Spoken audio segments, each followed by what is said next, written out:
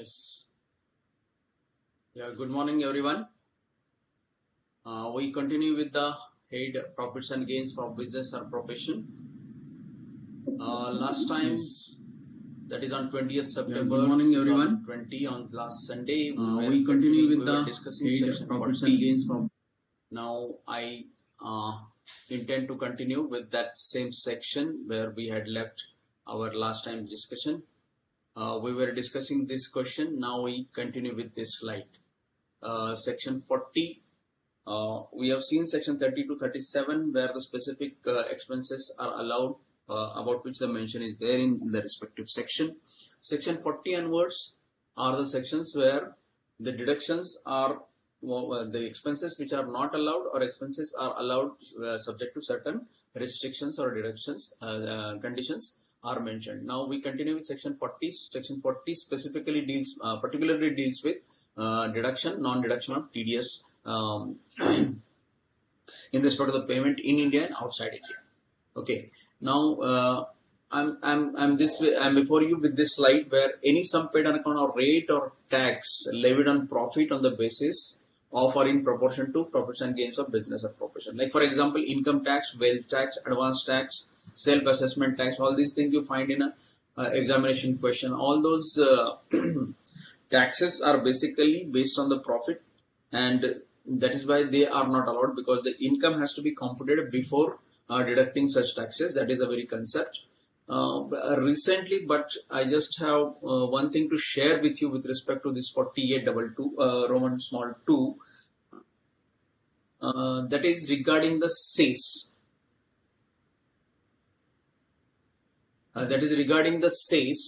This cess was subject matter of dispute between the assessee and the income tax department. In this case, before the Bombay High Court Panjim bench, Sesa Goa Limited, the assessee, claimed that cess is not cess as such. The word is not mentioned in section 40A small Roman 2, and therefore this cannot be disallowed under this particular subsection or clause of this subsection 40A. The Bombay High Court has gone into the very good details of it, and ultimately has held that cess, education cess, that is higher secondary education cess, or that 2% and 2%, primary education and higher secondary education cess, that 4% cess this year and since last year 4%, prior to that it was 3%. This education cess is not disallowable under 48(2) as per the Bombay High Court in Sesa Goa Limited. Of course, this is a very recent decision where the Bombay High Court has held this. In my opinion, it is still to hold the water and still not has become the law of the land. But the law is developing in this sense. Probably the government may come out with the amendment and this section may be amended itself to include the cess. But this is the latest development on this. Then 40A Roman small 2B, any royalty fee, service, etc. which are levied exclusively on an amount any appropriated directly indirectly from a state government undertaking by the state government. State government अगर कोई ऐसा amount in the form of royalty fees, service charges, etc. is tax from the state government owned undertaking is taken by the state government, then that is not allowed. It is considered as an appropriation. Then any salaries paid outside India to a non-resident which are not subjected to TDS will be allowed under 40A small Roman 3. Last time when we saw 40A small Roman 1, there we have seen royalty fees for technical services or any other sum. But salary is not specifically included over there. Probably any other sum may include in 40A small Roman 1. But here specifically salary is there in 40A 3. If it is not subjected to TDS, then it will not be allowed. Then 40A small Roman 5, under the income from head of income from salary perquisite in the form of non-monetary benefits or non-monetary perquisites, tax paid by the employer on non-monetary perquisites is not grossed up in the hands of the employee. But at the same time, there is a similar provision where such tax on non-monetary perquisite has been paid. We see the section 1010 CC. Such tax is exempt in the hands of the employees but at the same time such tax will not be allowed as a deduction to the employer because of the specific provision 40A small Roman 5, tax paid by the employer on non-monetary perquisite, exemption of which is available to the employee under section 1010cc. The same is not allowed as deduction to the employer 40A small Roman 5. Okay, now we now move on to section 40B, partners payment. Partners payment, there is no question of disallowance as such, but it gives the restriction up to which such deduction, remuneration and interest to partners will be allowed. So okay, first we will see what is the restriction on the remuneration. Remuneration by whatever name called to a non-working partner is remuneration is paid. Remuneration if paid to working partner only is allowed. That means the first condition that the partner to whom the remuneration is paid must be a working partner. Remuneration and interest paid to working partner which is not as per partnership deed. Now for that matter, interest and remuneration has to be, the payment of interest and remuneration to the partners has to be authorized by the partnership deed. It has to be, it has to take the authority for payment from the conditions or terms and conditions mentioned in the partnership deed. Another aspect is that remuneration and interest paid to partners as per deed. But if it relates to prior period, suppose I execute the deed on 1st September 2020 and in the deed the partners agree that the remuneration and interest to the partner shall be paid with effect from 1st April 2020. I am taking back the effect of interest and remuneration 5 months back.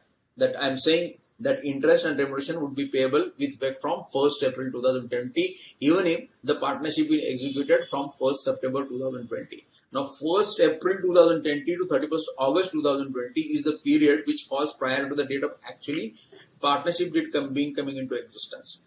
This such interest and such remuneration will not be allowed.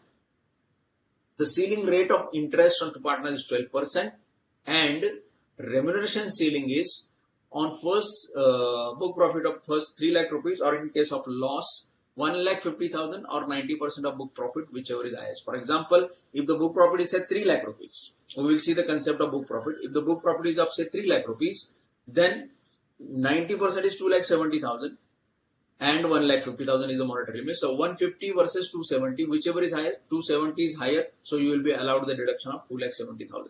Suppose the book profit is 2 lakh rupees. So 1,50,000 versus 90% will be 1,80,000. So 1,80,000 will be allowed. Suppose there is a loss of 10 lakh rupees. Suppose there is a book loss. There is no book profit. There is a book loss in the hands of the partnership firm of 10 lakh rupees. Still, the remuneration will be allowed of 1,50,000 rupees. So 1,50,000 or 90% of book profit, whichever is higher, will be allowed. Okay. And beyond 3 lakh rupees of book profit, 60% of the book profit will be allowed. So 3 lakh rupees first slab, then after that everything is second slab without limit 60% of the book profit. These are the restrictions, calculative restrictions on the allowability of remuneration to the working partner.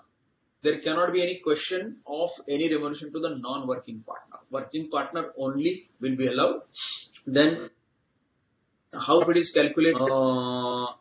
Book profit is the income or the net profit in the profit and loss account, which is calculated as per the provisions of the chapters income from business or profession.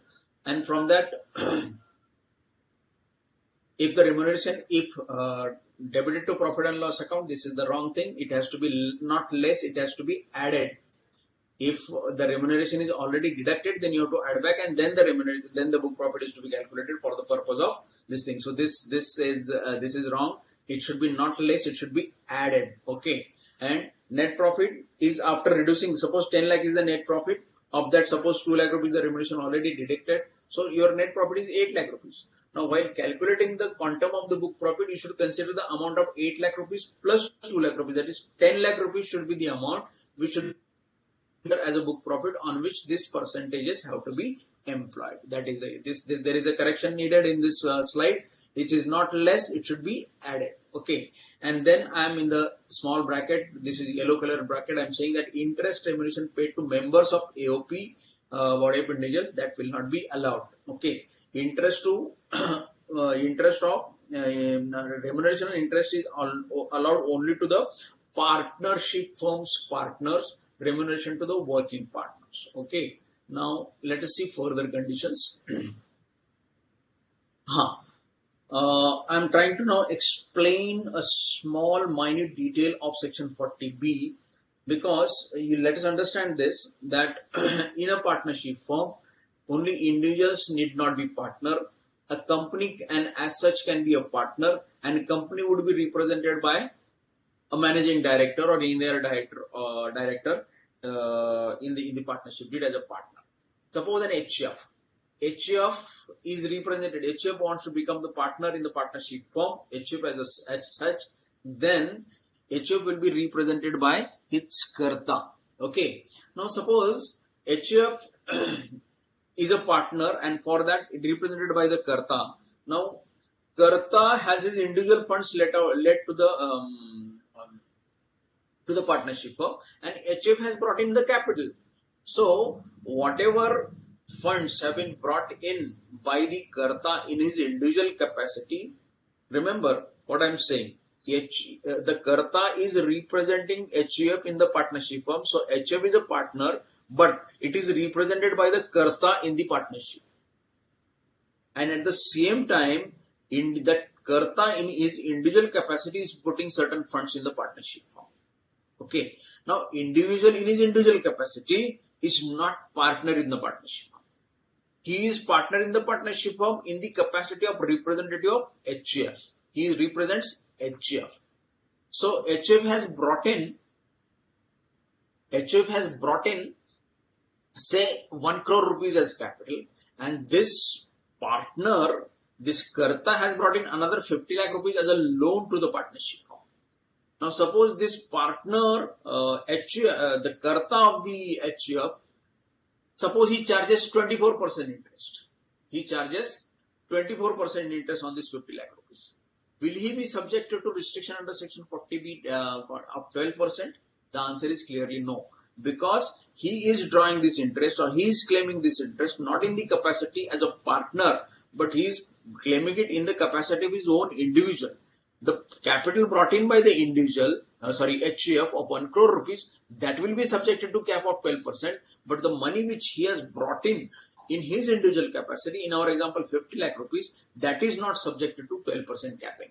So let us understand this difference. Explanation 1 and 2, it says that if any money or the interest or remuneration paid to the partner in his individual capacity other than the capacity which he represents as a partner, then those will not be subjected to restrictions of section 40B. Okay. When an individual represents HF as a partner in the firm, status of interest from the firm on behalf of his HF at the rate of 15%, that 15% will be subjected to disallowance, 3% will be disallowed, 12% will be allowed, and status of interest received by him in his individual capacity at 24%. That's what I told you. Whatever he receives in his individual capacity will not be subjected to restrictions of or capping of 12%. That is the proposition. Alright. Now there is a small example which we try to solve. Rao and Jan, a partnership firm consisting of 2 partners, reports a net profit of 7 lakh before deduction of the following. The 7 lakh is before deduction of the following. Salary of 20,000 rupees each per month payable to 2 working partners of the firm as authorized by the deed of the partnership firm. So 20,000 rupees each. So how much we are paying?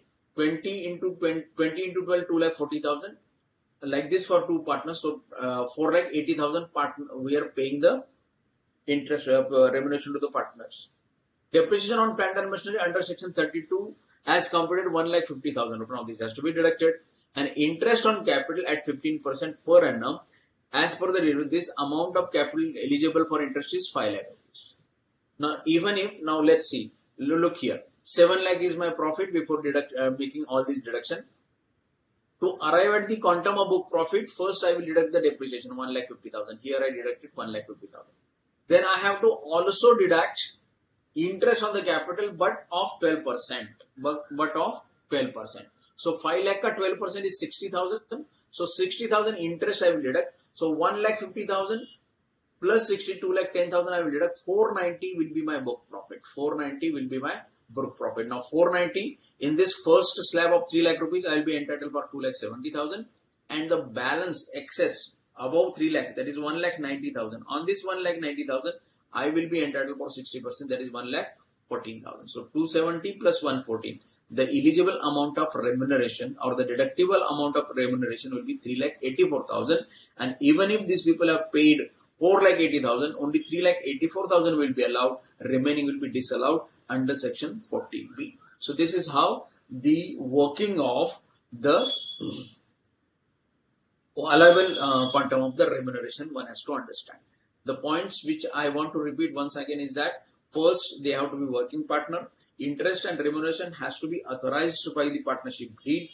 The interest and remuneration cannot relate to the period prior to the partnership deed. And the last thing is interest 12% and remuneration first 3 lakh 1 lakh 50,000 or 90% of the book profit, and in the balance 60% of the book profit. You must understand this. And the nuances or the small things of this is that if the partner earns anything in his individual capacity rather than the capacity apart from his capacity as being representative of some other person, that is like HF or any other person, then his representative capacity is subject to these ceilings, but his individual capacity, because he is not partner in the individual capacity, they will not be subjected to any ceilings. All right. So these are the details about here. Now the next thing is 48.2, relate payment to relative. So payment to relative and associates. Now if you understand the logic behind this provision in the Income Tax Act, it will be easy for you to remember. For example, if payment to relative means I try to reduce the profit or I try to reduce my taxable income by showing payment to my relatives. For example, I am a chartered accountant and I have my daughter who is suppose doing articleship. Now suppose she is doing articleship, I am paying her stipend to other articles, say at 5,000 rupees per month, but because she is my daughter, I am paying her 25,000 as stipend. Now 5,000 rupees versus 25,000. So what is so special in my daughter? She is also doing articleship, and other people are other article students are working with me. So for other articles, I am paying them say 5,000 rupees per month, but to my daughter I am saying I am paying 25,000 rupees. Because she is my daughter, I am paying her 25,000. Now that makes a difference. Now that this becomes questionable. Now the very reasoning or the immediate inference that one can draw is that yes, you are paying 20,000 rupees to your daughter only to reduce your profit. So this payment, if you compare it with the other people, it is excessive by 20,000 rupees, and to the extent it is excessive or unreasonable, it will not be allowed to as deduction. That is the concept of section 48.2. So any payment to a relative or an associated which is found by the AO to be excessive or unreasonable as compared to the arm's length transaction or as compared to the fair market value or market prices of that transaction, then AO shall consider the following: fair market value of such goods or services, legitimate needs of business, and benefit derived by the assessee. Whether there actually is, suppose there is an office premises which is owned by my parent, my father owns it, I am not using it, but just because I divert my income, I reduce my income, I say that I have paid him rent of rupees 50,000 rupees per month. So I pay him 6 lakh rupees every year. Just because I want to reduce my profit, I want to reduce my tax liability. So if this is the situation, then if it is not being, you are already having premises here, you are further taking a premises on rent from your father where you are not doing anything. Is it required? If it is not required, even if 50,000 rupees is reasonable from the market value point of view, still the deduction will not be allowed. So these three parameters will be tested so far as 48.2 is concerned, and accordingly any payment which is excessive or unreasonable will be disallowed. Now, which are the specified person that also must be known to you, and they are specifically defined in section 48.2b. For in case of an individual, such specified person will be relative of individual or person in whose business the individual or his relative has substantial interest. We will see what is the definition of relative later. So relative of the individual or person in whose business the individual or the relative of the individual is having substantial interest. Okay. And so far as the company from HOP, AOP is concerned, then who are the specified person? Director, member, partner or their relatives. Individual or his relative having substantial interest in the company SSC. Then person in whose business company, HO, firm, AOP or its member, director, partner or their relative having substantial interest, and person who has substantial interest in the business of the SSC or his associates or relatives. So it's a wide definition of wide gamut, encompasses very wide. So one has to really look into every transaction, whether it falls into the specified person as a relative, and if it falls in the specified person, it has to put to test to the reasonableness and justification. So if that is there, then you should try to consider. Now we see the definition of relative. In case of relative, now here in Income Tax Act there are three definitions of relatives, and these definitions have to be used for the respective section. For example, in section 56 also we have a definition of relative. Now this is the definition of relation in section 224. This definition is in the definition section 224. Clause is 224. There we are having the definition of relative. But for section 56 there is a separate independent definition of relative which is to use for the purpose of that section. So, but that definition is much wider. Okay, even uncle becomes relative there, or aunt becomes relative there. Okay, but brother's wife becomes relative there in section 51. Sister's husband becomes relative there, but here it not. Here very limited definition: spouse, brother or sister, or any lineal ascendant or descendant of that individual. These are the three categories of persons who will be called as relative. Once again to repeat: spouse, brother or sister, or any lineal descendant or ascendant of the individual. These are the people who will be considered to be relative of the individual. Please don't get confused with the definition of relative which is given in section 56. Section 56 is much wider. Here their definition of relative is comparatively much narrower. So don't get confused. These are two different definitions of relatives, section 224, and here there is in section 56 independent definition. Substantial interest means in case of a company, if you are not holding not less than 20% of voting power, or you are beneficial entitled of not less than 20% of the profit. So basic threshold is 20%, 20% and above. Profit sharing, shareholding with beneficial ownership, and all those things. So those will be considered to be persons holding substantial interest. So both the definitions, in fact, all these things we saw. This individual ka relative who is considered to be specified person. We have tried to understand the concept of specified person. It has to be payment to relative or specified persons.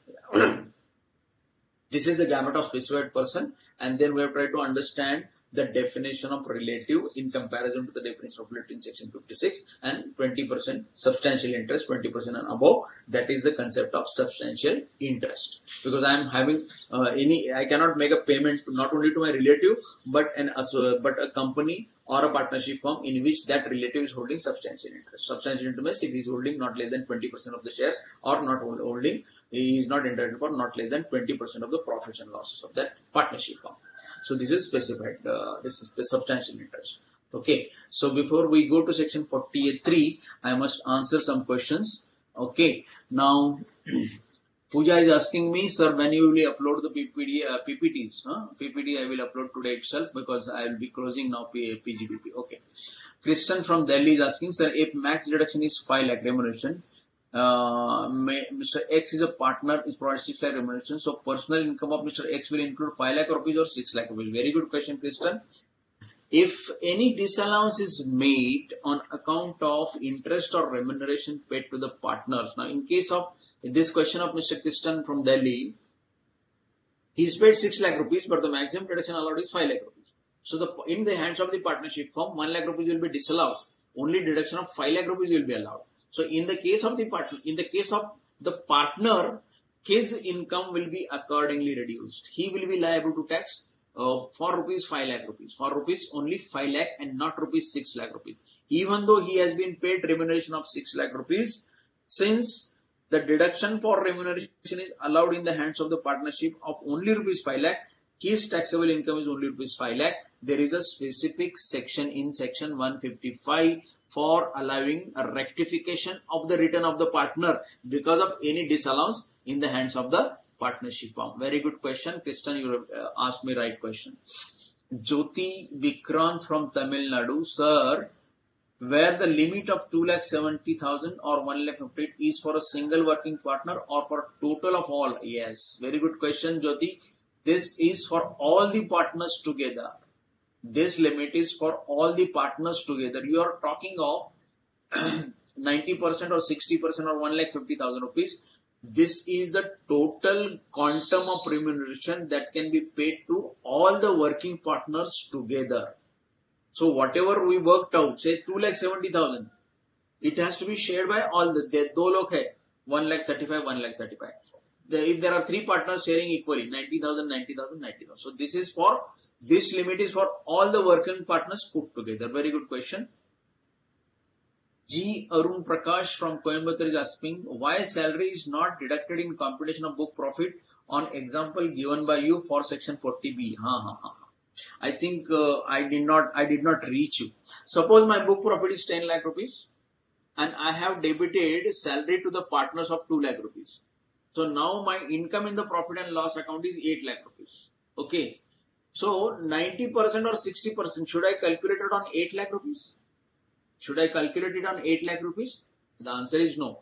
What is my book profit? I have to calculate the book profit. I have to calculate the allowable amount of remuneration on the profit or on the book profit, which is before deduction of such salary.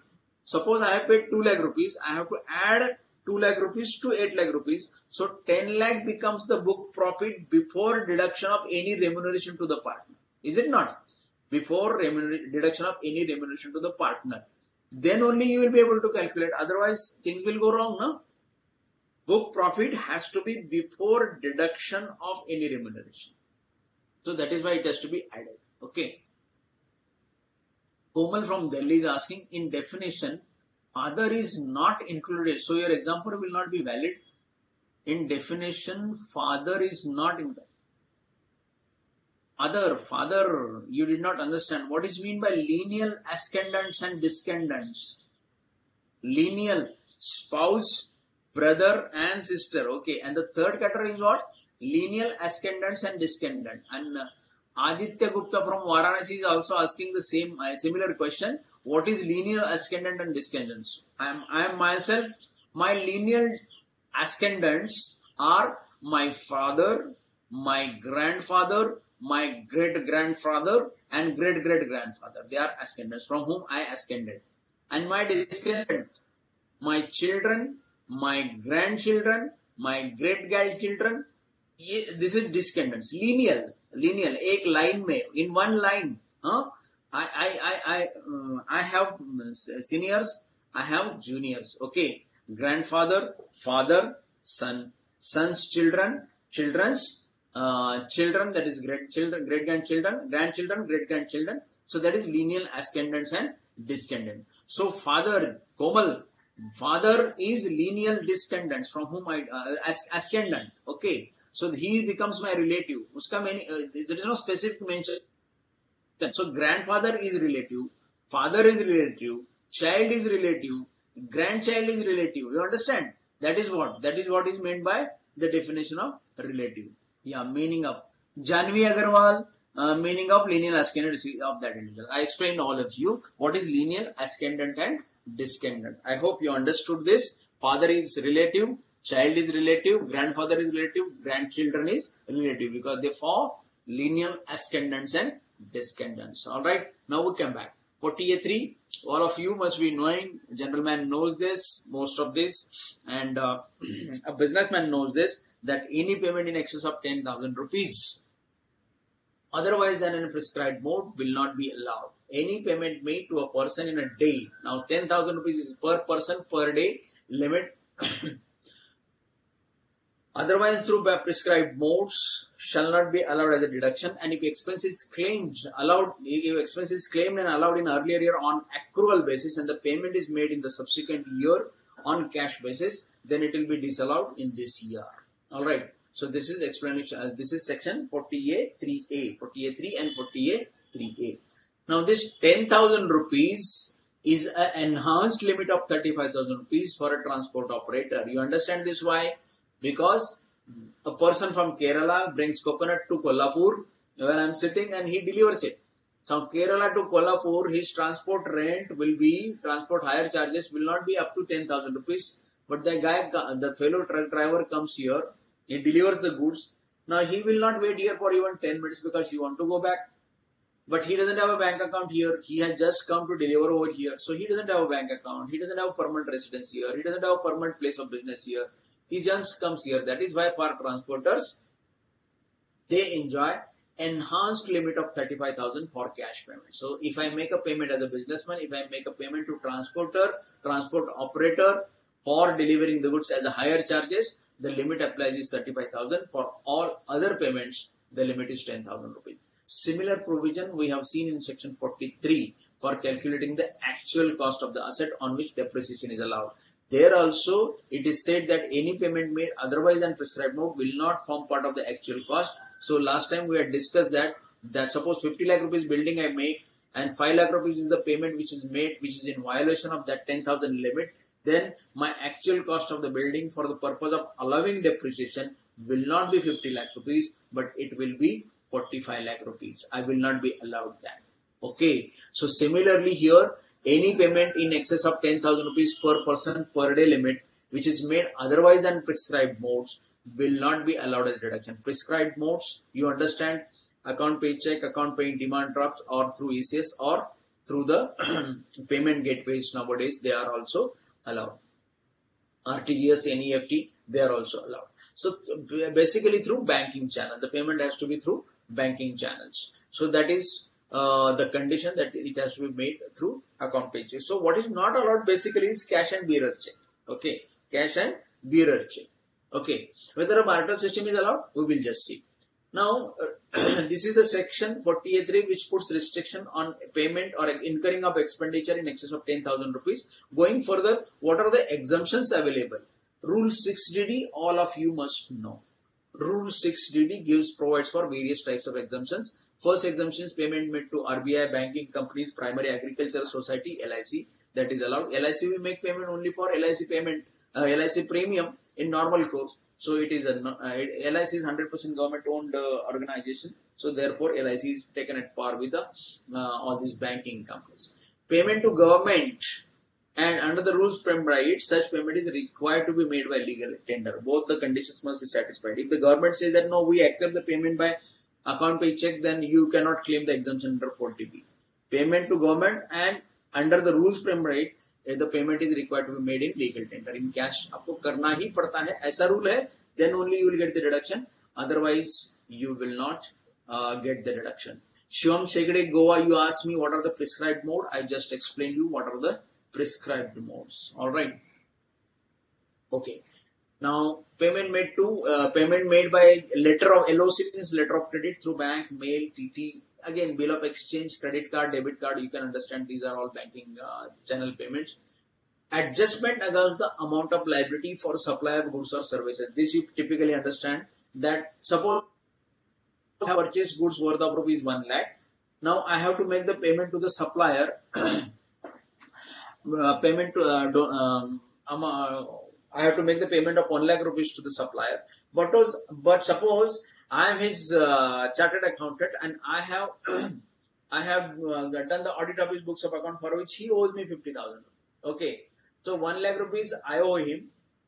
He owes me 50,000 rupees. So I will not make a payment of 50,000 rupees to him. I will only make payment of the balance 50,000 rupees. So this 50,000 rupees which is adjusted against that 1 lakh rupees, I did not make the payment. But it is a deemed payment by way of adjustment. It is covered over here in Rule 6DD. Adjustment against the amount of liability for supply of goods or services. But the balance 50,000 must be paid by account pay check or through prescribed modes.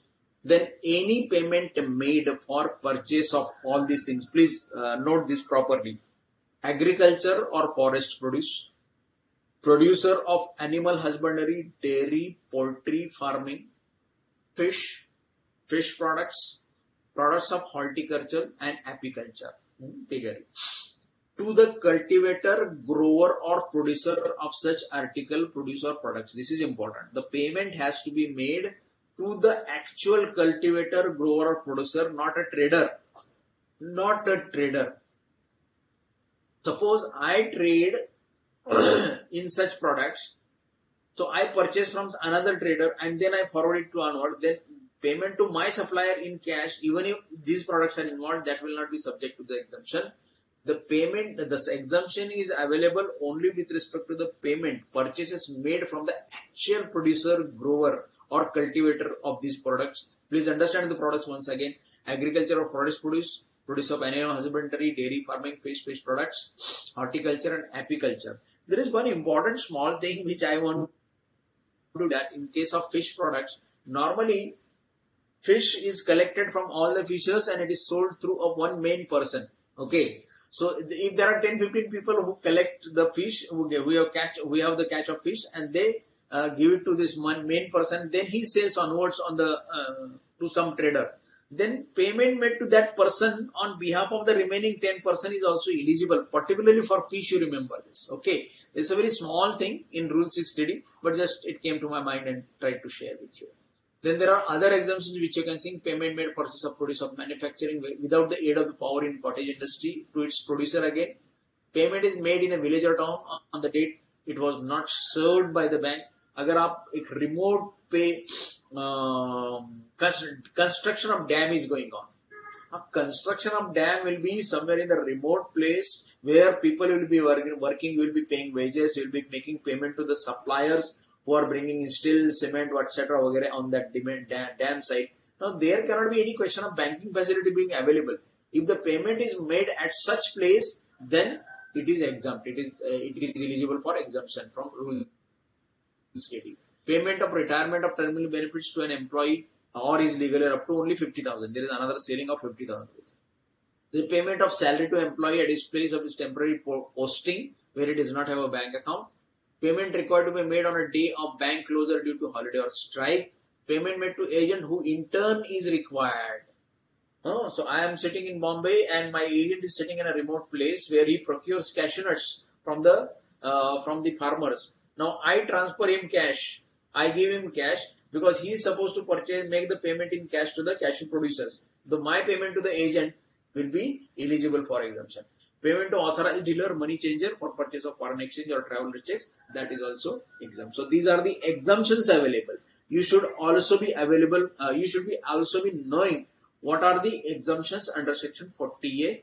Rule 6D vis-a-vis the restrictions under section 40A3.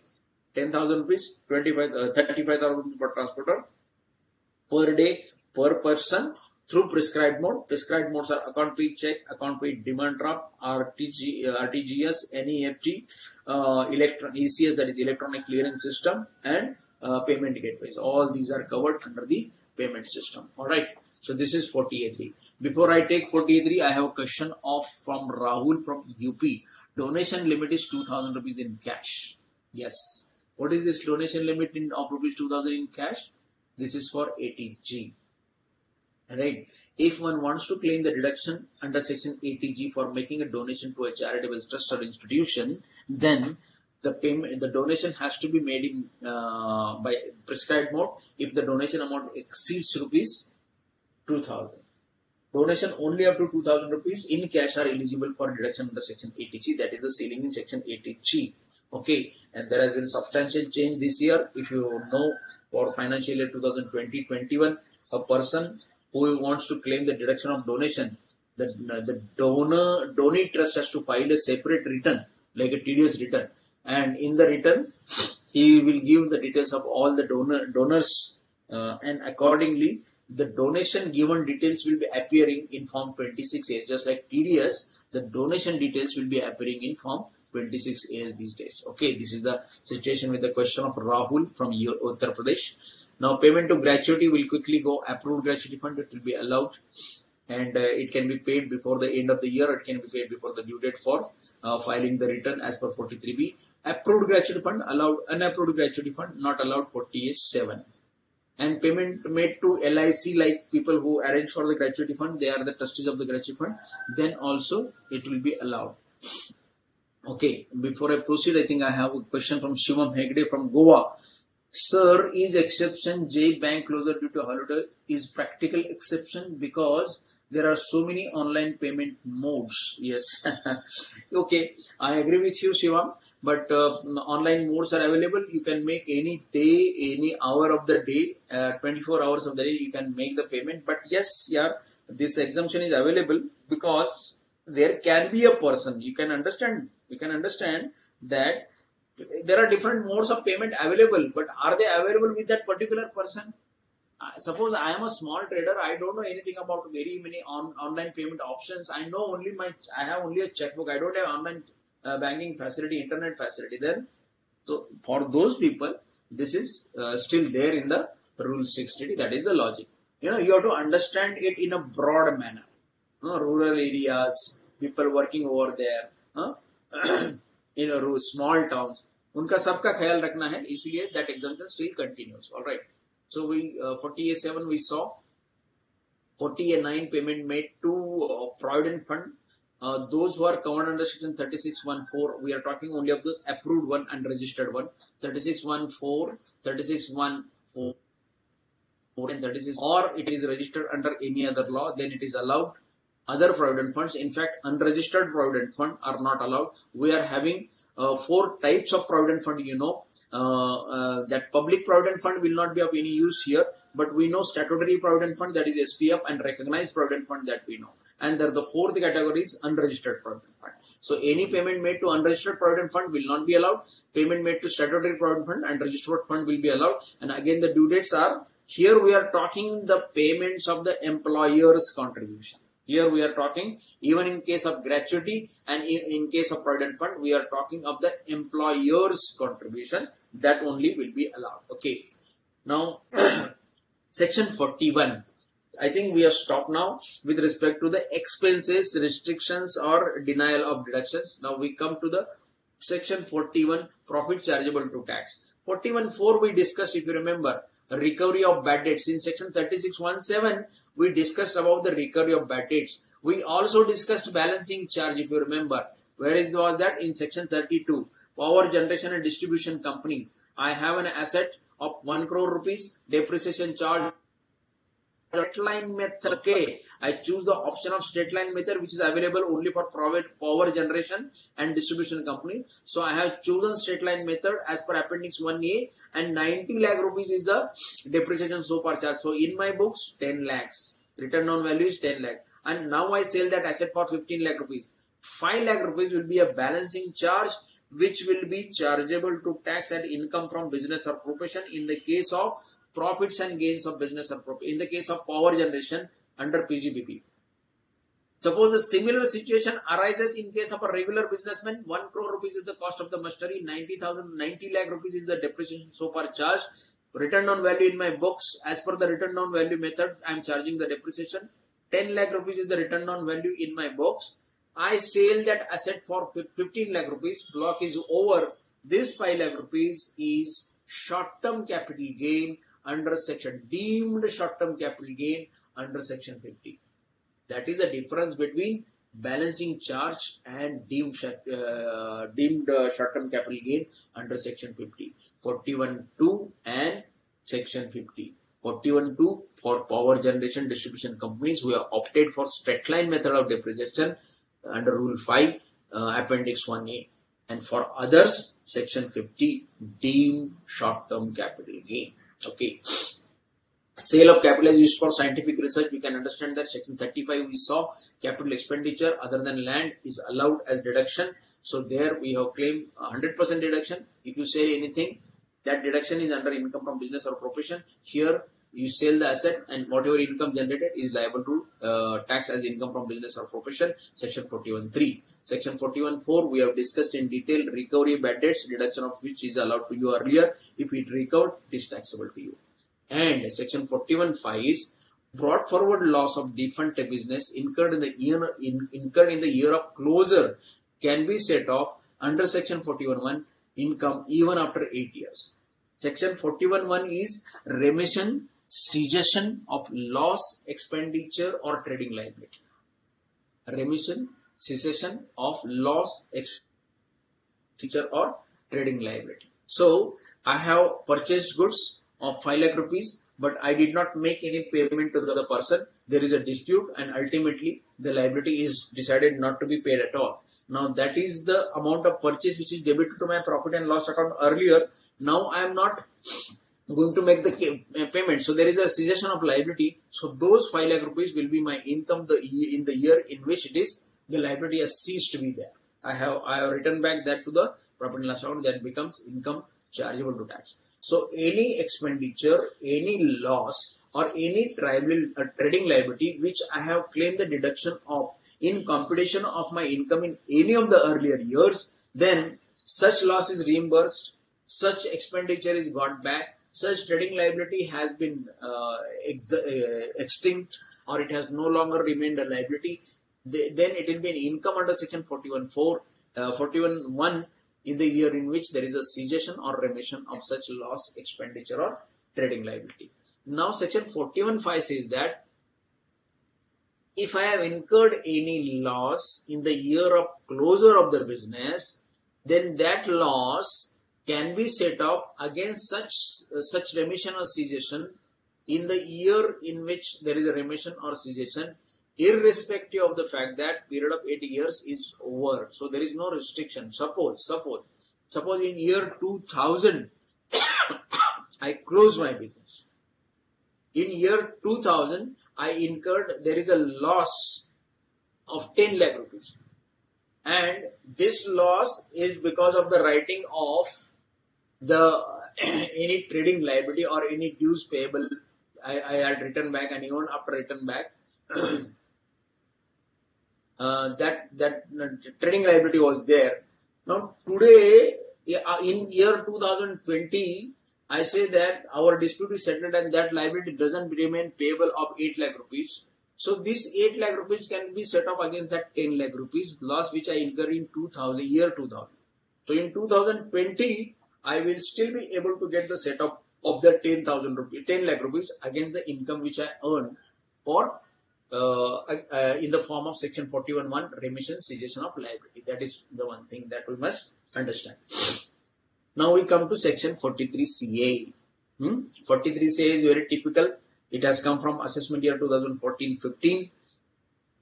It is parallel to the concept of section 50C in the capital gains.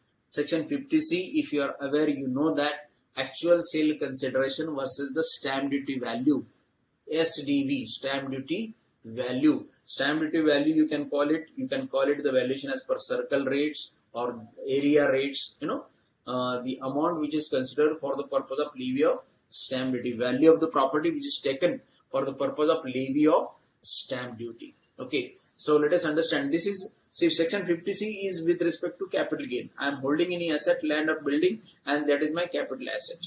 Now in case of builder developers, they are holding the constructed property or a property which is under construction, land, building or both. Property is land, building or both.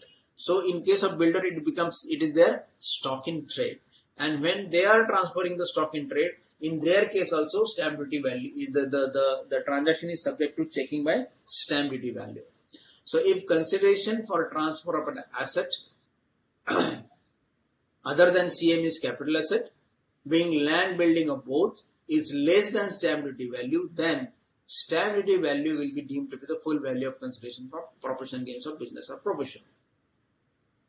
Means, suppose I am a builder developer, I am having a flat as stock in trade and I want to sell that flat say for 40 lakh rupees, but for the purpose of stamp duty the value of the flat is considered to be of 50 lakh rupees, then in the hands of the builder, the full value of consideration will be taken as 50 lakh rupees. His profit and loss account, or rather his profits and gains from business of builders and developer, will be calculated as if the sale is taken at 50 lakh rupees and not at 40 lakh rupees. In short, his income from business will be enhanced by 10 lakh rupees. But there is a leeway allowed, that 40 lakh rupees. Please understand this very carefully because in examination here you are likely to be caught somewhere. But if stamp duty value is not greater than 105% of the consideration, 105% of the consideration, इसको ठीक से सुनिए, इसको ठीक से understand कीजिए. In our example, the consideration is 40 lakh rupees. Now, if the stamp duty value is up to 42 lakhs rupees, how did I calculate 42 lakh rupees? 5% of 40 lakh rupees consideration. 40 lakh rupees, uska 5% 2 lakh rupees. So, if the stamp duty value is up to only 42 lakh rupees, suppose the stamp duty value is 41 lakhs 90,000. What is the actual amount of consideration? 40 lakh rupees. Stamp duty value is how much? 41 lakhs 90,000 rupees. This 1,90,000 rupees excess of stamp duty value will be ignored, will not be added in the hands of the builder, because 5% leverage margin is allowed. There can be variation. Now this 5% has become 10% with effect from assessment year 21-22. In that case, in our example, even the stamp duty value can be up to 44 lakhs. 40 lakhs, uska 10% 4 lakhs, it can be up to 44 lakhs, but this 10% is not for your examination. Assessment year 21-22 will be for the next. For you, you will have to go by 5% leverage, 5% margin. And there is one more concept, that stamp duty value on the date of agreement is relevant if part consideration is received through the prescribed mode, that is through banking channel other than cash and bearer check. What is received? That means if today I sell the flat for 40 lakh rupees, but the agreement for the sale of the flat is registered in 2015, and that time, suppose out of 40 lakh rupees, just 50,000 rupees I have received by check, then the stamp duty value can be taken as on the date of making the agreements. In 2015, what is the stamp duty value? Which has to be considered. Suppose in 2015, even if the transaction is being entered into for 40 lakh rupees, the stamp duty value of the property in 2015 may be 38 lakh rupees or 35 lakh rupees. So, it is that 38 lakh rupees or 35 lakh rupees which is to be compared with 40 lakh rupees and not today's stamp duty value of 50 lakh rupees. Today there is a sale deed, but agreement is in 2015. In that time the agreement has been made. It need not be registered agreement, but the agreement is made. But some portion of the consideration has to be received either on the date of agreement or period subsequent to thereto, but before the on or before the date of agreement, some consideration has to be received on or before the date of agreement, not after the date of agreement. So on or before the date of agreement, some consideration has to be received. Then you can take the stamp duty value prevailing on the date of agreement. In our 2015 can be taken into account. I told you, Janvi Agarwal, that registration of the agreement is not required. That is not the condition in section either 50C or in section 43CA. Only the agreement has to be there, and first there has to be an agreement, and second there has to be some payment through prescribed modes, not in cash and bearer check, through account to check, account to draft or electronic transfer, whatever prescribed mode, and that has to be on or before the date of agreement. And I tell you, Janvi, please note, this agreement can be even oral agreement. We have been arguing cases in the before the CITFs, ITAT, that there need not be actual agreement in writing. Forget about registration. There is no question of registration also. So there is no question. It can be even oral agreement. We have been arguing, and some of the decisions are in favor that agreement can be inferred. Agreement can be inferred. Even there can be an exchange of a booking later. No? When you go to a builder, then the agreement is not done immediately. So he gives you a flat allotment later. Flat number 402 is allotted to you against a agreed consideration of 40 lakh rupees, against which I have received 2 lakh rupees from you. This booking letter itself is sufficient There is no question of formal agreement. There is no question at all of any registration. There has to be one inferred agreement. It can be on oral or it can be in the form of just a booking letter. But the main condition, important condition, is that some portion of the consideration has to be paid on or before the date of agreement through prescribed modes. That is important. All right, Janvi. I suppose yes. I think I have explained you. 43C is done. 43 effect on exchange and foreign exchange.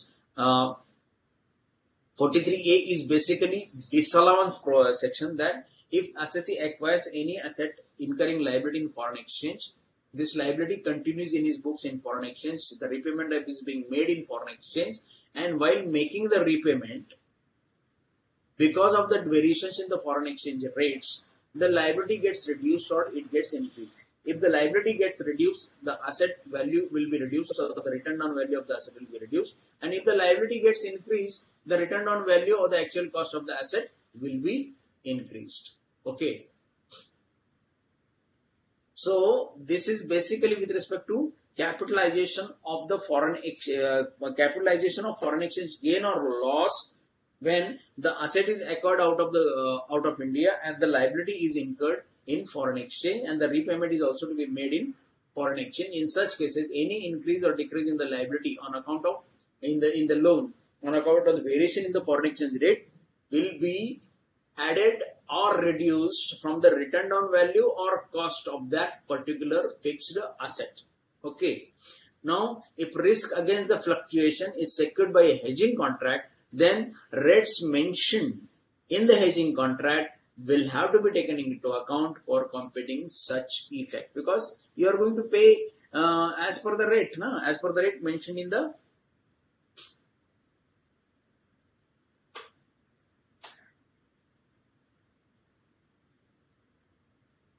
Gia. Okay, Gia will deal with you. So that is if the hedging contract is there.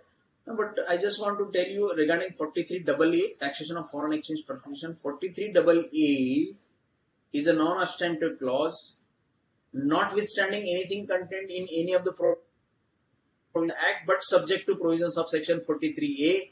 Any gain or loss arising on account of variation in foreign exchange will be computed in accordance with ICDS 4, ICDS 6, the effect of changes in foreign exchange rates. Okay. Typically, 43A talks about the capital asset, liability incurred in foreign exchange for acquisition of that capital asset. So it is a capital expenditure or capital gain or capital receipt. So it will be adjusted only to the capital asset.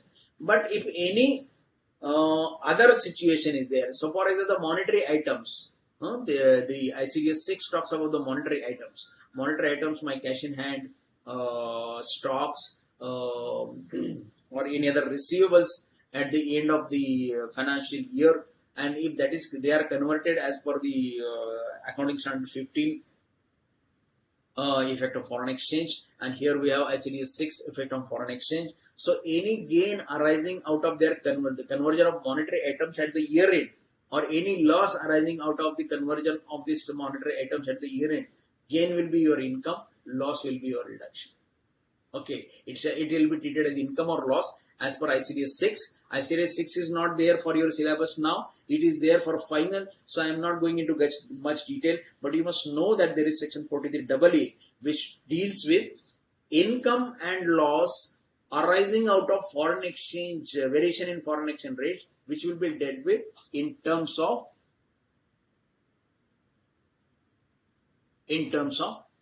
this thing for section 43AA and ICDS 4. All right, next 43B is very important section. The certain payments are allowed, certain deductions are allowed only on the basis of actual payment. Now, what are these certain payments, certain deductions which are allowed only on actual payment that you must know? Here are some. Here are all of them. Some of them we have already discussed, but let us discuss them at this place under section 43B, an important section. All of us must be fully aware of this. Okay, so before I take 43B, let me take some questions. Gia is asking me, please explain study material page 4.290 to 4.292 table part. Okay, Gia, I will have to switch over. Harisuda from Kerala. Good morning, sir. Notes for PVG not there. We are giving today. Then, okay, you are asking me twice. Janvi, you are asking, please explain why stamp duty value of date of registration is taken up on page number 4.4292 in example 4. Okay, so all of you are wanting me to go over there. Okay, I will take this. If the time permits, then we will go to the manual 4.292 and I'll try to explain that, because I will have to change the screen sharing, and that should not disturb our this main discussion. So I will take this, but little later. Let me see. Now coming to section 43B, certain deductions are allowed on actual payment basis. Now let us see which are these payments. Any tax, duty, cess, fee, etc. under any law. Now tax, duty, cess, fee means they should be all indirect taxes, not income tax, advance tax, wealth tax, fringe benefit tax. No, we are not talking of those taxes. All right. So they should be all indirect taxes like GST, like municipal tax, like market sales, or any fees to be paid to the government for procuring any say contract or being eligible for registration and all those things. So these are all we are custom duty, import duty, all those we are talking about. Then contribution to provident fund, then statutory this thing, gratuity fund or superannuation fund, let's say superannuation, all these must be approved as employer. What is my contribution? We have discussed in 36.1 small Roman 5a. 36.1 5a we have discussed the concept of payment of employees contribution. We had taken the example, 10,000 is salary, 2,000 is deduction. Then the deduction becomes my income under section 224 because of the specific inclusion in the definition of income. And when I make the payment before the due date of the respective act, then only I am allowed the deduction. Where I was talking only of the employees contribution there in section 36.1.5. Now here I am talking of employer's contribution. It is over and above the 2,000 rupees. This is something which I have to pay, this 2,000 rupees. So that is employer's contribution to provident fund, superannuation fund or gratuity fund. Then bonus and commission. This also we have discussed in 36.1, that bonus and commission which is paid not in lieu of profit or not by way of distribution of profit, but bonus and commission to employees. There also I told that this is subject to section 43B. We are now in 43B. This has to be actually paid. Then interest on loan borrowed from any financial institution or specific state financial corporation or NBFCs. Then systematically important non-deposit taking NBFCs as per terms of agreement, scheduled bank, cooperative banks, all those prescribed financial institutions, so to say, and banks, cooperative banks. Any amount paid in lieu of earned leave, that is leave encashment we are talking, and any paid for use of railway asset. This is the latest addition by the last budget. Any payment made to the railways is also subjected to section 43B. That is allowed only if it is actually paid. Okay. Now let us understand certain things here, that this payment, whatever items are covered over here of expenditure, they should be paid. If not paid as by the end of the previous year, they are allowed to be paid before the due date for filing the return. Before the due date for filing the return. So 31st July or 31st of October. Now we are having extended all the due dates for assessment year 2020. They are all extended to 30th November 2020. Tax audit last date is 31st of October 2020, but all the returns, audited, auditable or non-auditable, all returns, the due date stand extended to 30th November 2020. So that up to 30th November 2020, even if you make the payment, you still will be allowed the deduction of all these payments. And therefore, accordingly, 43B has to be, the deduction has to be calculated. Now there is one circular which is referred in the manual which says that if the interest gets converted into loan, whether it will be deemed to be an allowed. So the answer is no. It is only conversion. There is no actual outflow by you by way of repayment. you will be allowed the deduction only when, not only on conversion, but you will be allowed the deduction only when you actually make the payment of the loan so converted, which is a conversion from the interest is getting converted into, interest is getting capitalized, it is getting converted into the funded liability, and it is now becoming funded loan. So this conversion as such is not repayment. There has to be actual repayment of the loan. Then you will be allowed the deduction. All right. So friends, I have come from section 30 to 37. Then I have come from section 40 to section 43b. We have considered all the deductions allowable and there are whatever the restrictions or conditions or limits on allowability of the various types of deductions so that we have discussed, and accordingly we have tried to complete this portion of discussion of this portion of the topic. Now I take you further. Now I am taking you to the maintenance of books of account. Okay, books of account and audit, all those things, that is a small part that we are going to discuss today, and accordingly we are going to deal with it. All right. Okay, section 44AA, books of account. Books of accounts are required to be maintained. Section 44AA puts the requirement or puts the liability or responsibility on the assessee to maintain the books of accounts. Now there are three categories of people or in terms of their limits, and accordingly books of accounts are required to be maintained. The liability gets crystallized with respect to maintenance of the books of account. Now what are the three categories that we will try to understand under section 44AA? Okay, first category is of individuals and HUFs.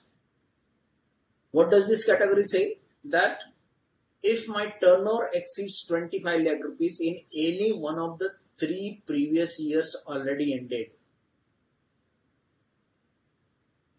if my turnover exceeds 25 lakh in any one of the 3 previous years already ended, or my income from business or profession exceeds 2,50,000 rupees from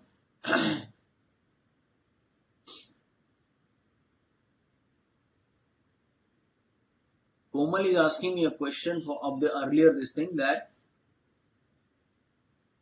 Isha and Komal, though you are on both this thing.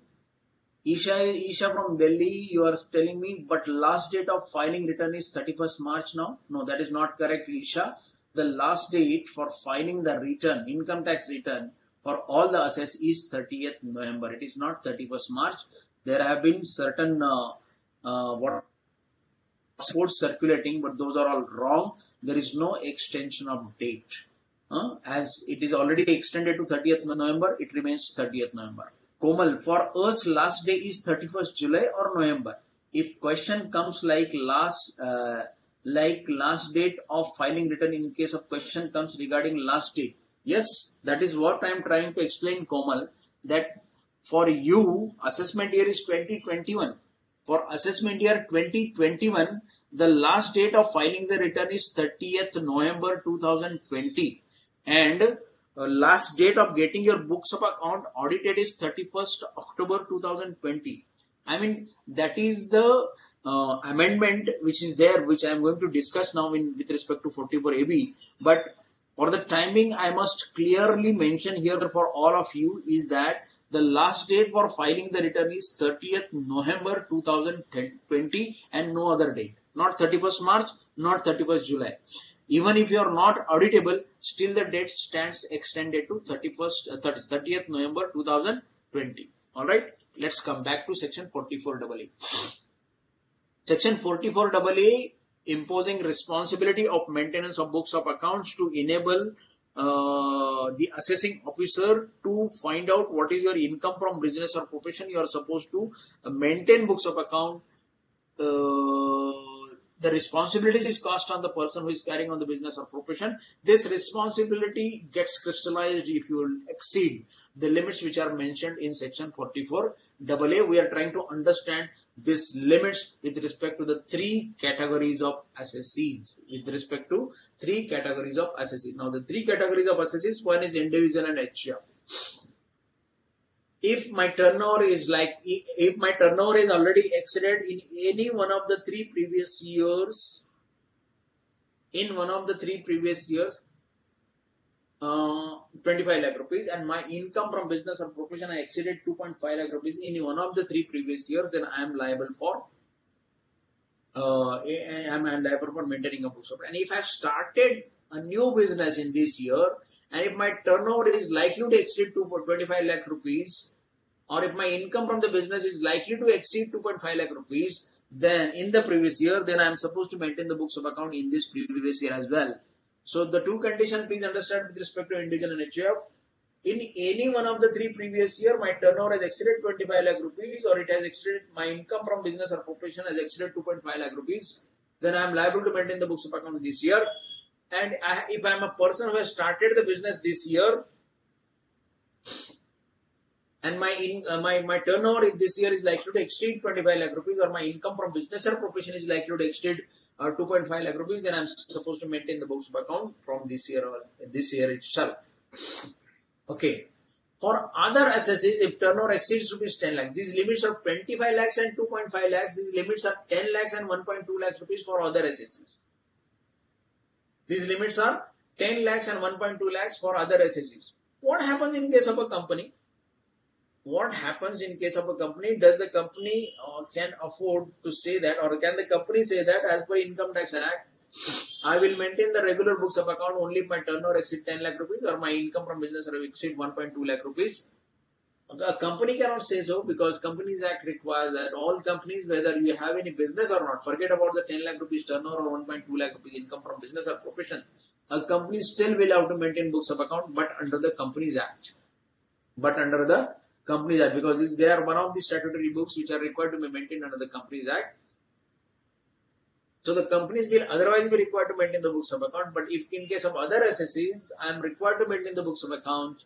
If I am not individual or HF, I am required to maintain the books of account only if my turnover exceeds 10 lakh rupees in any one of the 3 years, or it is likely to exceed in this year. If I have started the business this year, it would likely to exceed 10 lakh rupees. Or my income has exceeded 1.2 lakh rupees in any one of the 3 previous year, or it is likely to exceed in this previous year 1.2 lakh rupees, then I am liable to maintain the books of accounts under section 44A. Then the responsibility is fixed on me. This is with respect to business. Coming to profession, you can see here the chart. In case of profession, these limits are 1.5 lakh rupees and there is no limit with respect to the income. The only limit is with respect to the gross receipts from the profession, which are mentioned in section 44AA, and the main section 44AA have the mention of accountancy profession, medical, legal, architectural, interior decoration, and any other profession as may be mentioned over there. Engineering also is mentioned. So these are the professions which are specifically mentioned in section 44AA, and also rule 6F, which we are going to see little later. And in case of profession, if a person is engaged in carrying on the profession, then if the gross receipts of the profession have exceeded in any one of the 3 previous years rupees 1.5 lakh rupees, or if a person starts a new profession in the previous year, and his receipts are likely to exceed 1.5 lakh rupees in that year itself, in the year in which he started his profession, then he is liable to maintain the books of account from the year of starting the new profession itself. Okay. So this is the regular section 44AA, books of maintaining books of account, individual and HF, others, and profession. These are the 3 categories of people we have seen the requirement of maintenance of books of account. Now coming to certain other aspect of maintenance of books of account. We are going to see certain sections. For example, we are going to see section 44AD, 44ADA, 44E in detail, AE in detail. 44BB, 44BB, triple B also we are going to say. All these sections, they are talk of presumptive taxation, no? Deemed income, presumptive taxation. For example, if you are in a eligible business and all those category, you are entitled to declare income at 8% or 6%. And if you are declaring income at 8% or 6% of our gross receipts or turnover or sales, you will not be asked any questions and you are not required to maintain the books of account as per the provisions of those sections. 44 ADA, we are going to see that.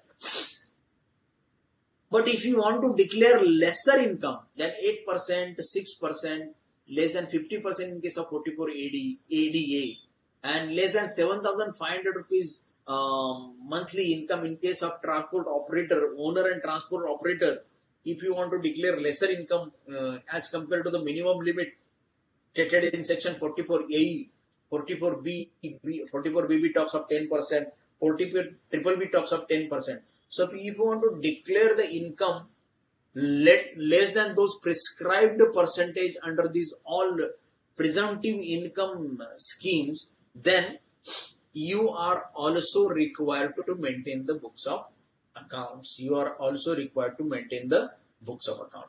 Mostly you fall in this category 25 lakhs or 2.5 lakh rupees, because all those sections say that only if your income exceeds the maximum amount which is not chargeable to tax. Okay, that means 44 AD, 44 ADA, all those sections apply to you only if your income exceeds maximum amount which is not chargeable to tax. Now maximum amount 2.5 lakh rupees, for others 1.2 lakh rupees. Here 1.5 lakh is the gross receipts. So definitely these are lower limits. In comparison, these are all lower limits. You will be already crossing the limits, and even after crossing all these limits, still because of the presumptive income, you are under 44 AD, you are under 44 ADA, you are under 44 AE, you still are not required to maintain the books of account. You are liable to maintain the books of account because of all these 25 lakhs, 2.5 lakhs, 10 lakhs, 1.2 lakhs, gross receipts 1.5 lakh as per provision. So you cross these limits and you are liable to maintain the books of account, but you have to declare the minimum income of 8%, 6% or whatever. But if you do not declare the income minimum over there, you fall back to 44 AA, you are required to maintain the books of account. That is one thing. The maintenance, the maintained books of account are required to be kept at least for 6 years from the end of the assessment year. Remember this, 6 years from the end of the assessment year. That means 7 years from the end of the year. Assessment year, आज 31st March 2020 का मेरा year खत्म हो गया. Then as on 31st March 2020, I must maintain the books of account. For 1920, I must maintain the books of account. 1 year, that is assessment year, it ends on 31st March 21, and thereafter 7 years. So it is 7 years from the end of the assessment year, 7 years from the end of the year, previous year, or 6 years from the end of the assessment year. Please remember this. 6 years from the end of the assessment year is the requirement of maintenance of books of account, because you know very well, or maybe you are not aware, section 148, what is the time limit for reopening the assessment? Time limit is that the assessment can be reopened within 6 years from the end of the assessment year. Section 148, notice can be issued to an assessee within 6 years from the end of the assessment year. And if you have any foreign asset or foreign income, this limit of 6 years becomes 16 years. This limit of 6 years becomes 16 years for reopening. So if you are having or if you are having undisclosed foreign asset or for any foreign source of income, then the income tax department has 16 years times from the end of assessment year to reopen your assessment. But in a normal course, the income tax department has 6 years to reopen your assessment from the end of the assessment year. And to sync with that, in synchronization with that, the time limit for maintenance of the books of account is prescribed under Rule 6F at 6 years from the end of the assessment year. Previously it was 8 years when the time limit was 8 years. That time limit has been brought down for 6 years. Here also it has become now 6 years. Okay. If there is any violation of these conditions of section 44AA, then you are liable to penalty under section 271 capital A. 271 capital A Under this section, you will be liable to penalty, which is 25,000.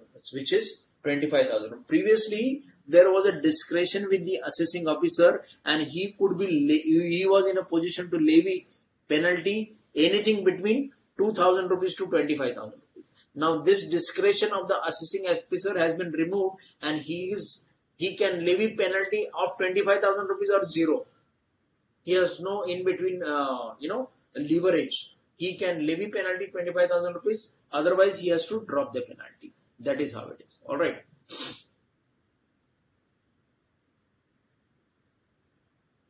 Okay. Now next, books maintained. Which are the books to be maintained as per Rule 6F? Which are the books to be maintained as per Rule 6F? Cash book and ledger. Now, Rule 6F is applicable not to the people who are earning income from business. It is applicable only for those who are engaged in profession. Okay, we were discussing when we started the topic, what is if income from business and income from profession, if both of them are liable to tax under income from business or profession, they are subject to almost the same rules. Then what is the great need of distinction between business or profession? This is one of the needs. This is one of the needs that you must be able to identify which income is income from business and which income is income from profession. Income Rule 6F, section 44AA says that in case of a business, you should maintain such books of account which will enable the assessing officer to deduce the correct amount of income from business or profession for the assessing officer. Assessing officer should be able to arrive at your income from business or profession. Assessing officer should be able to arrive at your income from business or from the maintenance of the books of account, but there is no specific mention of this books of account should be maintained by you with respect to person who is carrying on the business. But with respect to person who is carrying on the profession, Rule 6F specifically mentions that these are the books which should be maintained by the person who is carrying on the profession. Prescribed profession, which are mentioned in section 44AA. Which are the books to be mentioned? One is cash book, ledger, and journal. I have in different color. Journal is required to be maintained only if you are maintaining the books of account on mercantile system. Most of the professions maintain their books of account or offer income from business or profession on cash system. They follow cash system. Suppose I am a chartered accountant, I am following cash system of accounting. I need not maintain journal because my method of accounting is cash and it's not mercantile or accrual, and therefore I need not maintain journal. Then bill of all expenses, original bills of all expenses with a limit of 50 rupees and above rupees 50 I must maintain. Then carbon copies of all receipts, not bills. Sorry, I stand corrected. Carbon copies of all receipts or bills issued in excess of 25 rupees should be maintained. And in case of medical profession, they are supposed to mention two more things. One is daily case register in form number 3C and opening and closing inventory of medicine. Opening and closing inventory. They are supposed to maintain further books. Daily case registered in form 3C. Form 3C gives the format. There are different columns: serial number, date, name of the patient, and the amount of fee charged. So that is the daily case register that medical profession has to maintain. And in addition to the daily case register, they are also required to maintain the opening and closing inventory from as a condition to meet under Rule 6F. So this is with respect to the maintenance of books of account. And now we are going to go to tax audit. In fact, I would want to go to all these sections, but a little later. For the time being, we take a break of, it is now 8:24. We take a break of say about 5 minutes and we will reassemble again at 8:30. So from 8:30 to 9:30, we can continue for another 1 hour and we will be able to finish the remaining portions of section 44AB to 44BBB. All right, Mr. Vijay? Hello? Hello? We take a break of 5 minutes. We start at 8:20, 8:30. All right? Okay, okay, yeah.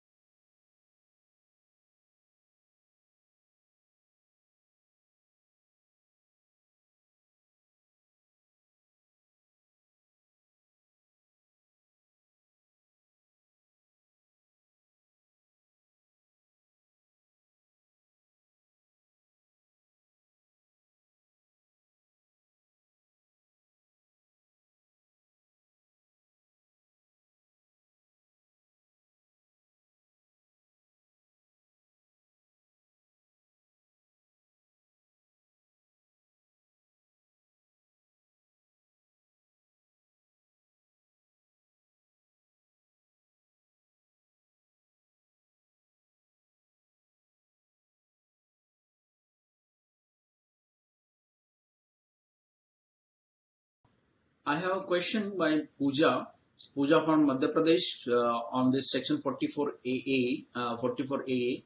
Sir, in study module 1.5 lakh is not given in case of profession.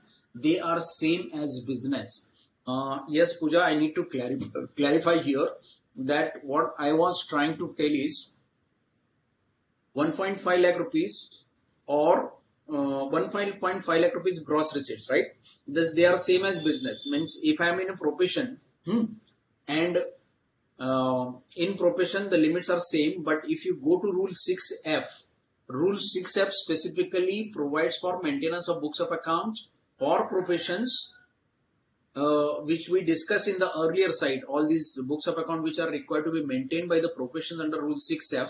These provisions of rule 6F applicable only when your gross receipts in any of the previous years exceed 1.5 lakh rupees, or they are likely to be exceed to 1.5 lakh rupees. So this 1.5 lakh limits for the profession is not there in section 44AA, but it is there in the rule.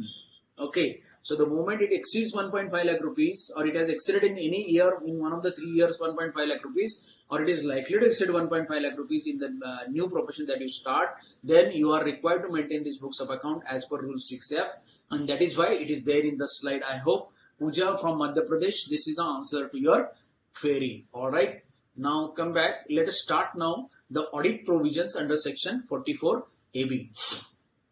All of you know that section 44AB must have been heard by you. Is most of the things are known to you, and accordingly we try to discuss this the finer details of section 44AB.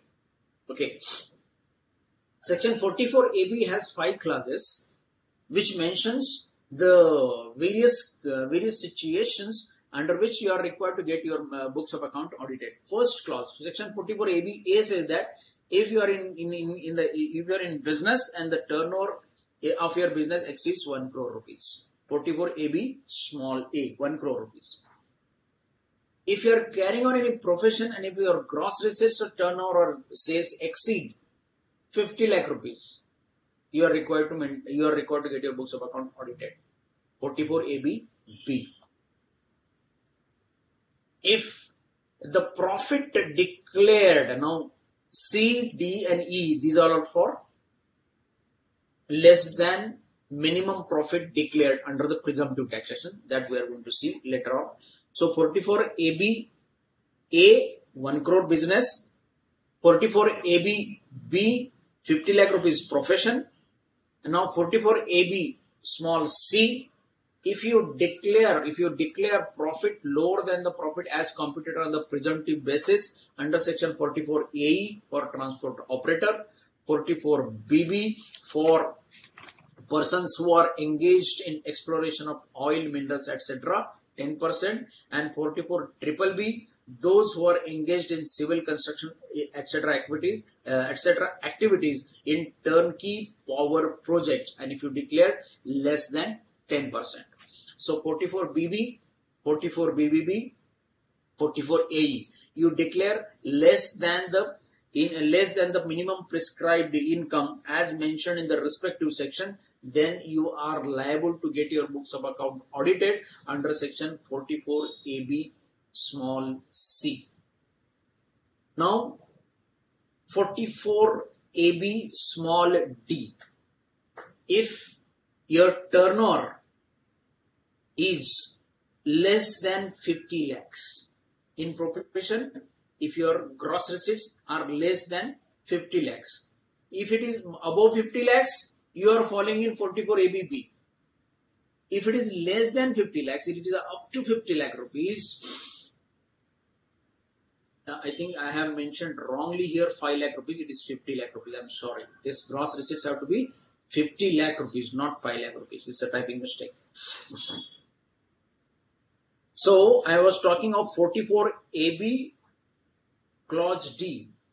If I am carrying on a profession and if my gross receipts are less than 50 lakh rupees, then I am an eligible assessee entitled to declare my income under section 44AD A under the presumptive taxation 50%. We are going to see 44AD a little later.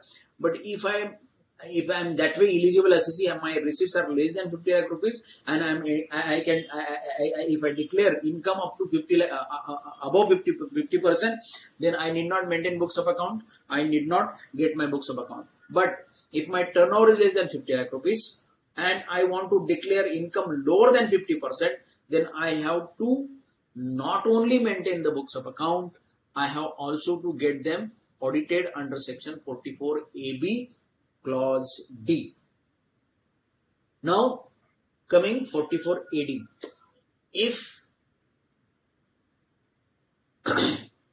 I am an eligible assessee and I am carrying on the eligible business. थोड़ी देर में देखेंगे what is eligible assessee and eligible business under 44AD.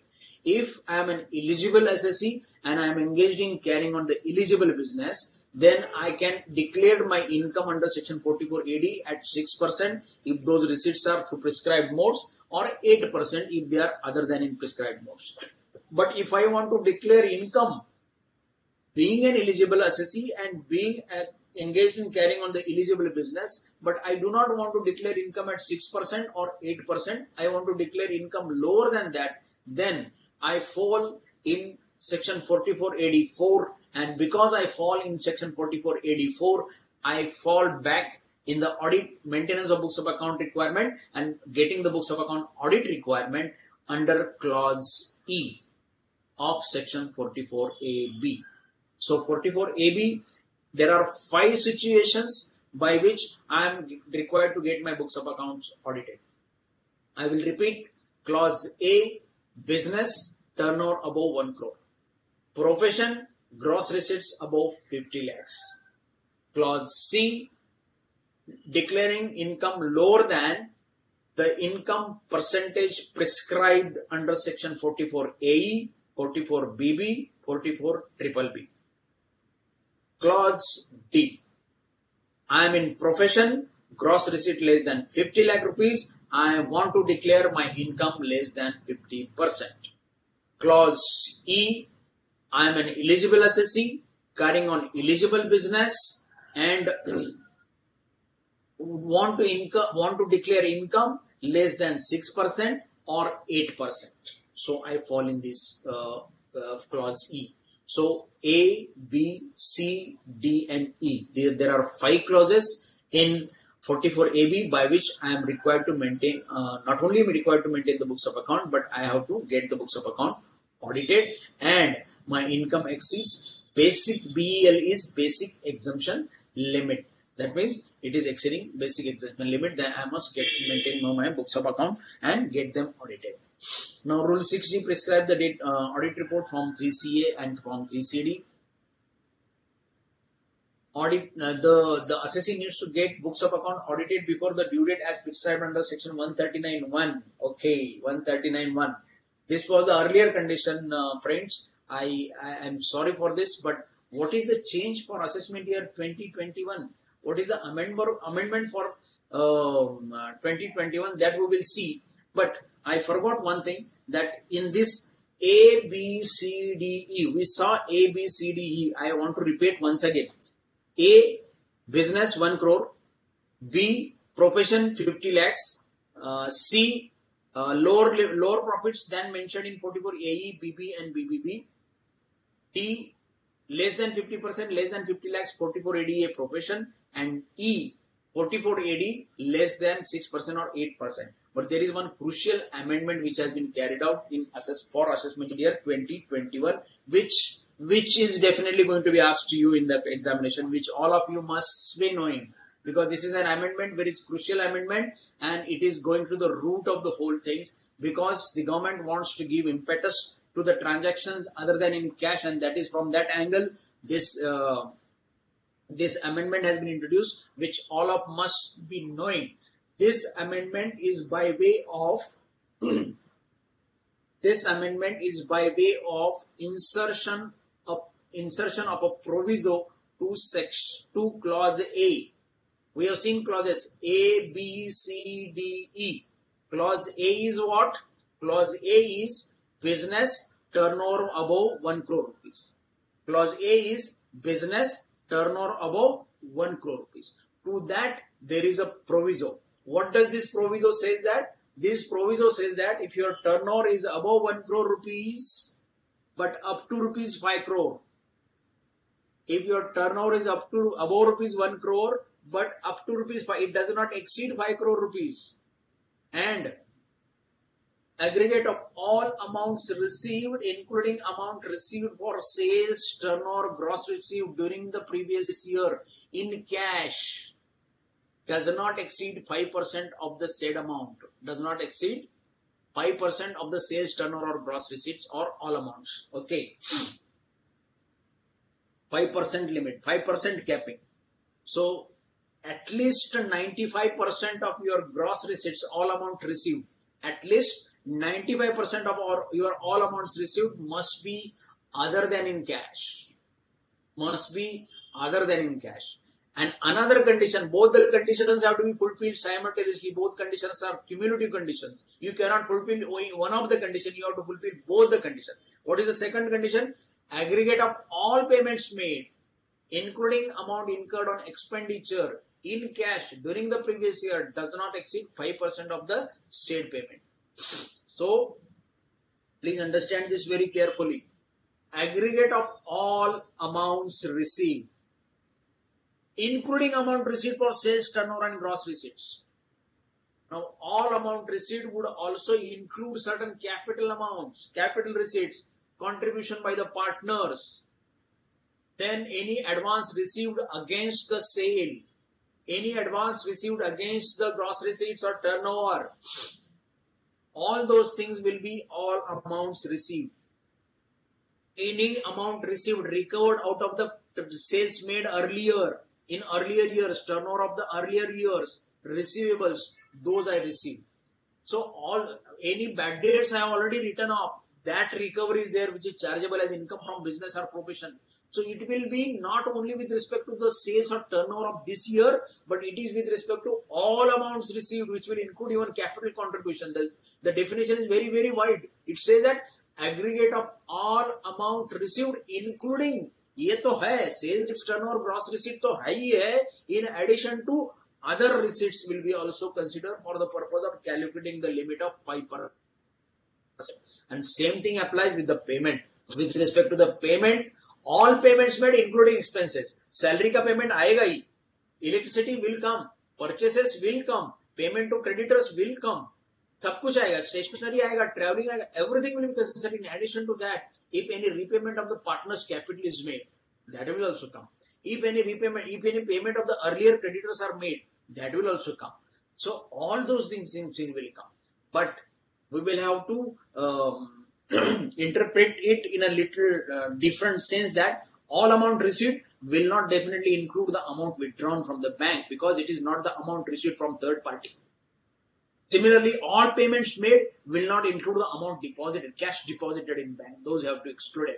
This is my interpretation. Those have to be excluded. And 5% has to be calculated with respect to all this. So if you fulfill this condition, if you fulfill the condition of 5% in cash, 95 up to at least 95% in through prescribed mode, then even if your turnover is up to 5 crore rupees, not only you have to maintain, you will not be required to get your books of account audited. You will not be required to get your books of account audited. That means provisions of section 44 ABA will not apply. 44 ABA, business turnover in excess of 1 crore rupees.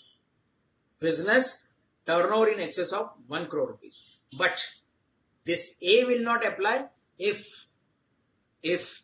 you fulfill the condition of 95% for all payments and all receipts. We understood what is all payments and all receipts. So you will not be liable to get your books of account audited under this proviso if you fulfill the conditions of 95%. Please understand this: 95% for all receipts, all payments. All receipts include receipts for sales, turnover and gross receipts. So the term is wider. All payments include even expenditure, but it will also include payments like payment for earlier years, payment for partners' contribution, payment to the partners, amount withdrawn by the proprietor. All those payments will be also considered, or amount paid to the members of an AOP or HF. All those things will be considered. So it will be all payments. Whenever there is a transaction between third party, those all payments, if any payment to third party, those all payments will be considered. Any receipt from third party, those all will be considered. So we must remember this. This proviso is a very important amendment for all of us. It has got its own limitation. This is a gamut of explanation. So all payments, all receipt, 5 crore rupees, 95%, 5%, all those concepts should be clearly known to you. And if you, this is a proviso to section 44AB small a, and this proviso, if it's applicable to you, if you fulfill all these conditions cumulatively, then you go out of the ambit of audit. You will not be required to get your books of account audited if you fulfill this condition. Books of account will have to be maintained, but audit will not be required, because this is an amendment to clause A of section 44AB. There is nothing really, there is no relief from section 44AA. Please understand this. 44AA will require you to maintain the books of account if you fall in those categories, but here you will not be required to maintain the you will be required to maintain the books of account, but and also get them audited. All right.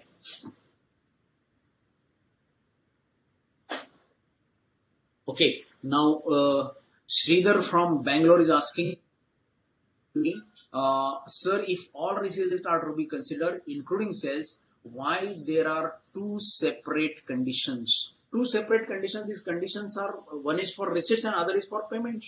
Payments can be made in cash. Now, if receipts can be received through bank and payments can be in cash by check. Suppose you are a government contractor, boss, then all your payments will be received from the government, and you will be receiving everything by check, but your wages you will be paying in cash by withdrawing the amount from the bank. Na? So that should be also made by check. So that is the condition.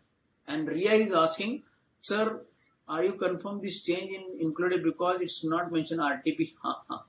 Yes. It's not its own all stated update on assets on all assets. It's not in it's not there. I think it is PY 2020-21. No dear. It is for assessment year 2021. This proviso has come from. And this proviso has come from 1/4/2020, and it is applicable for AY. Ria, you asked a very right question. You seem to be very well studied, Ria, and you are updated. You are very nice, Ria, that you are able to point out this to me. Very nice of you that you are able to point out this. Sanjay from Noida is the amendment assessed from AY 21. Yes, Sanjay, all of you must be. Can you tell the amendment again, sir? Prasoon is asking me. Dimple, sir, amendment made by Finance Act 2020 with respect to retrospective effect are not applicable. Acha. Dimple is clarifying to me that, sir, amendment made by Finance Act 2020 with retrospective effect are not applicable for November 2020 examination. Okay, this I was actually not knowing. That means the retrospective amendments are not applicable to you. Fine, friends. If it is not applicable to you, that's fine. But still, I would want to explain this, because this is assessment year 2021. And who is asking me, can you tell the amendment once again? Prasunna from Ghaziabad is asking me, can you tell the amendment once again? This amendment is from AY 2021. This is by way of proviso to clause A of section 44AB, and it tells us that all amounts received, if you aggregate of all amount received in cash, aggregate of all amount received in cash, which includes even receipts on account of sales, turnover, and gross receipts and capital receipt of the way of the kinds which I have explained, they should not exceed 5% in cash. Receipts should not exceed 5% in cash. Payment should not exceed 5% in cash. Payment for expenditure and other things. So receipt should not exceed 5% in cash, and payment should not exceed 5% in cash. And the turnover does not exceed 5 crore. Turnover is above 1 crore rupees, but it does not exceed 5 crore rupees. All these conditions fulfilled, you will not be liable to get your books of account audited. All right. Dimple, I am with you. If the amendments are not applicable to AY for your November 2020 examination, that's fine with me. But anyway, I got this explained because I thought this is an important amendment, which as a chartered accountancy students, we must be aware of. Anybody asks us, or whoever asks us, or as our gamut of our knowledge, we should be aware of this. Fine. If it's not there in examination, don't worry, but still you must be knowing this. Rule 60 form I told you, books of account audited. Yes, there is one more amendment. Assessee needs to get books of account audited before due date. This here I was explaining as prescribed under section 139(1). I want to tell you that now the act has been amended, and accordingly there is a deferment of dates for filing the audit report and for filing the income tax return. 139(1) dates are different, and getting the books of account audited, they are different. Now, books of account to be audited and audit report to be filed, so far as the assessment year 2021 is concerned, the due date is 31st of October and the return filing date is 30th of November. Now, in Act, if you see, the dates are 30th September and 31st of October. Due date is 31st of October, but the date of getting the books of account audited and filing the report online is 30th September. But because of the COVID-19 pandemic, there is 1 month's extension for everything, for filing the books of account, for filing your audit report from 30th September to 31st of October, and from filing the return 31st October to 30th November. This is the extension. There is a deferment also. You must know the concept of deferment. Non-compliance leads to penalty under section 271B that we will see. Maximum penalty is 1.5 lakhs, 0.5% of the turnover, and the assessee is required to get the books of account audited under any statute. Yes, that means if you are already getting your books of account audited, like your company, you are already getting audited, like cooperative society, you are getting audited, charitable trust, you are getting audited, but still you have business income, then you need not get your books of account audited once again. You just have to obtain a report in Form 3CD, and accordingly,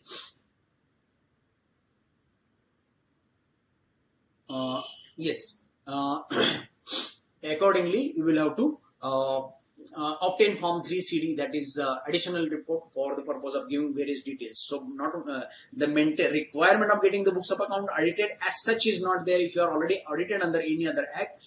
But the requirement of getting the separate audit report in Form 3CD as prescribed under 6G. So it is 3CA and 3CD for those who are auditable under any other act. It is 3CB and 3CD for those who are not getting their books of account audited under any other act, but only for the purpose of section 44AB. That is the scenario. If you are doing articleship, you must be knowing all these details, right? So we saw this amendment. Now we go to, so this is with this way I complete the discussion on section 44AB.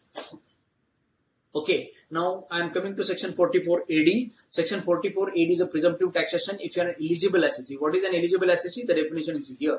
Individual HUF firm, LLP is not an eligible assessee, company is not an eligible assessee, AOP is not an eligible assessee, company only resident, but resident and not ordinary resident will also be an eligible assessee. Eligible business, any business other than commission, goods transport agency and agency business and professional, CGPA, CGAP, commission business, goods transport agency, only proper agency business and professionals, then you are not an eligible business. Rest all category, even renting business will fall in this. You will be in the category of eligible business provided your turnover does not exceed rupees 2 crore rupees. So eligible assessee, eligible business, and then what are this thing? 8% of the turnover where the amount is received by any other mode other than account pay, check, draft or ECS, and 6% of the turnover where amount is received by account pay and other than prescribed. All right. Now this 6% can be seen even up to the date of due date for filing the return. I have made a turnover, and I can consider the receipt which are received by me through these prescribed modes till the date of filing the, before the date of filing the return, or up to the due date of filing the return, or before the date of filing the return I can consider, and accordingly I can choose to offer 6%, that is a lesser percentage. Again, it is an incentive to the to carry out the transactions other than in the cash mode. So therefore there is a reduced limit of 6% which has been brought in by the Finance Act. Finance Act Second Amendment 2019. It was brought in between the year, if you remember it, and accordingly 6% was being enjoyed. This was particularly during the period of demonetization. This amendment was made somewhere in the December 2016, because we had demonetization on 8/11/2016, and thereafter Finance Amendment Act 2016. This 6% was allowed, because during the course of demonetization, people were to be incentivized to carry out their transactions otherwise than in cash, because otherwise notes, specified notes were demonetized at that time.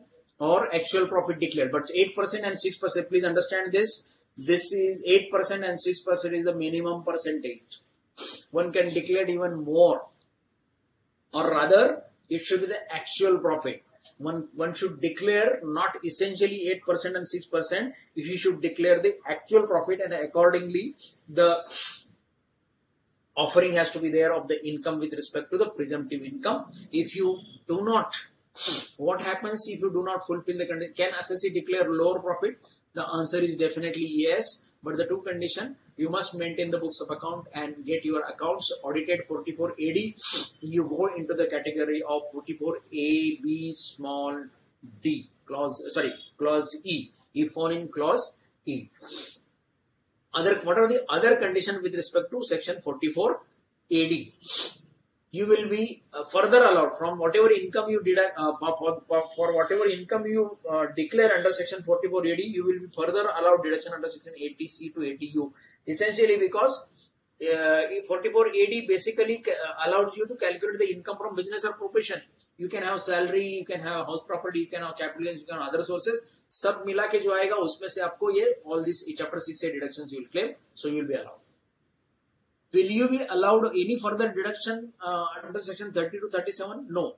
It says that all deduction from section 30 to section 43A, 43D will be deemed to have been given effect to. Second, will you be how will be the situation of depreciation? You will be deemed to have been allowed depreciation, and return on value of the asset will be deemed to have been calculated as if you have been allowed actually the depreciation. Advance tax payment conditions will apply. Only thing that instead of 4 installment, you can pay the advance tax only one single installment, and that advance tax has to be paid by 15th of March. You can pay in 4 installment, but it's okay if you pay in one single installment. That is the concession given to you. Partners remuneration, interest and remuneration rather, not only remuneration but interest and remuneration, it will not be further allowed to you. That means 8% and 6% will be deemed to have been calculated even after allowing the remuneration to partners, and that is why section 44 AD has become now least attractive for the partnership firm assessees. This is a very recent amendment in the last 3-4 years. Previously, 8% could be further reduced by the partnership firms by reducing the interest on capital and remuneration to the partners, but that condition has stands now removed. You will not be allowed further deduction of remuneration or interest paid to partners with respect to 44 AD offering of income. Brought forward loss or set up, that will be further allowed to you. 5 years continuous declaration, that is required. This is one of the conditions which I wanted to discuss, that section 4484 and 4485, these are the two sections which prescribe when and in what circumstances you will be required to maintain the books of accounts, and you will be required to get your books of account audited under clause E of section 44AB. This is to be clearly understood by you. 4484 is very typical in that sense. Suppose from 4484 has come from assessment year 2017-18 onwards, and it says something like this. It says that if you obtain the benefit of section 44 AD in any one of the years, obtaining benefit of section 44 AD, that means you are declaring income at 8% or 6% as per the provisions of section 44 AD, being eligible assessee or carrying on eligible business. In any one of the 5 years thereafter, एक साल में आपने benefit ले लिया, उसके बाद any of the 5 years you come out of section 44 AD, you do not declare your income as per the 44 AD1, 8% 6% आप declare नहीं करते हो, lower करते हो, then you will not be able to claim the benefit of section 44 AD in any one of the 5 years following the year in which you have come out of section 44 AD.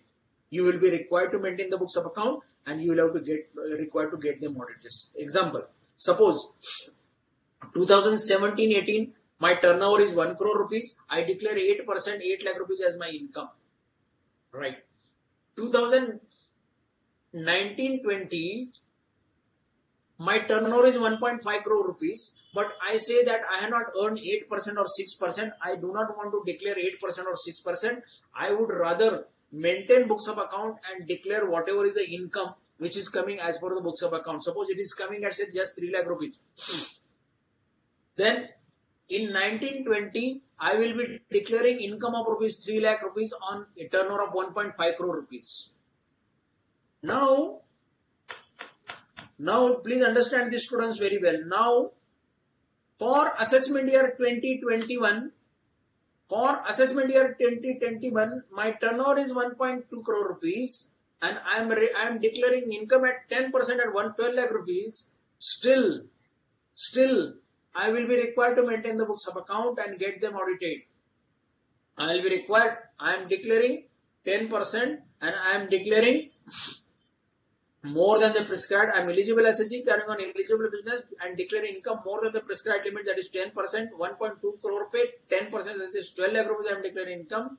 Still in assessment year 2021, I will be required to maintain the books of account and get them audited as per section 4484 and 4485.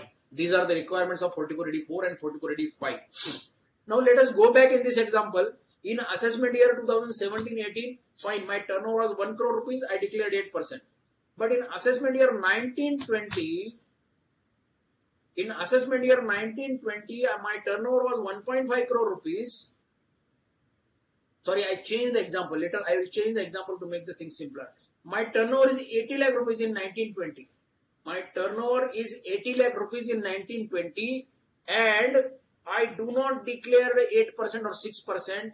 Will I be required to maintain the books of account and will I be required to get them audited? Is the question in the assessment year 1920 when I am getting out of section 4480. The answers are this, that I will be required to maintain the books of account, but I will not be required to get them audited because it is not the year in which I come out of 4480 that the audit provisions of 44ABE are applicable. It is the year following that. That is assessment year 2021 onwards, I will be liable to get the books of account audited under 44AB clause E. Under 44AB clause E. When 17-18 I am following 4480, 1920 I am not following 4480, I am coming out of 4480, and in 2021, that means in any of the 5 years subsequently, all 5 years subsequently, irrespective of my eligibility under section 4480, still I will be required to maintain the books of account. I will be required to get them audited under section 44 ABE. But the condition is that I must first avail the benefit of section 44 AD. Then I must come out of section 44 AD in one of the years, and then only the audit provisions of 44 ABE will be applicable to me. I give an example. Suppose a partnership firm having a turnover of less than 1 crore every year since last so many years from assessment year 17-18, it did not avail the benefit at all of section 44 AD. It never declared income under section 44 AD. It only continued to declare the income under section regular taxation. Will it be required to get its books of account audited if its turnover is less than 1 crore rupees? Will it be required to get its books of account audited under section 44 ABE? The answer is no, because the partnership firm having turnover less than 1 crore rupees, having not availed any time the benefit of section 44 AD, will not be required to get its books of account audited. It will be required to maintain the books of account, but it will not be required to get the books of account audited, not maintaining the books of account. Okay, now 44 ADA is an extension which is similar to 44 AD for business. 44 ADA is for professions.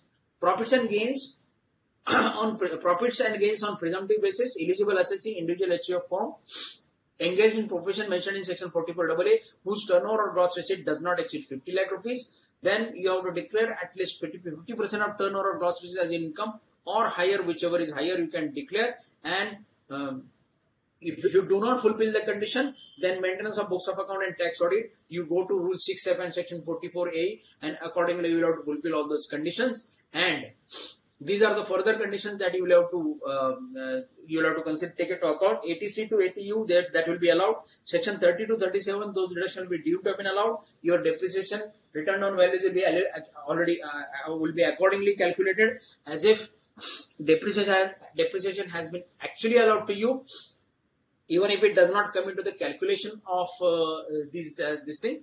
And then payment to advance tax is required to be made. Brought forward losses will be allowed to be set up. Here also you will not be able to get the deduction of partner's salary and remuneration from 50%.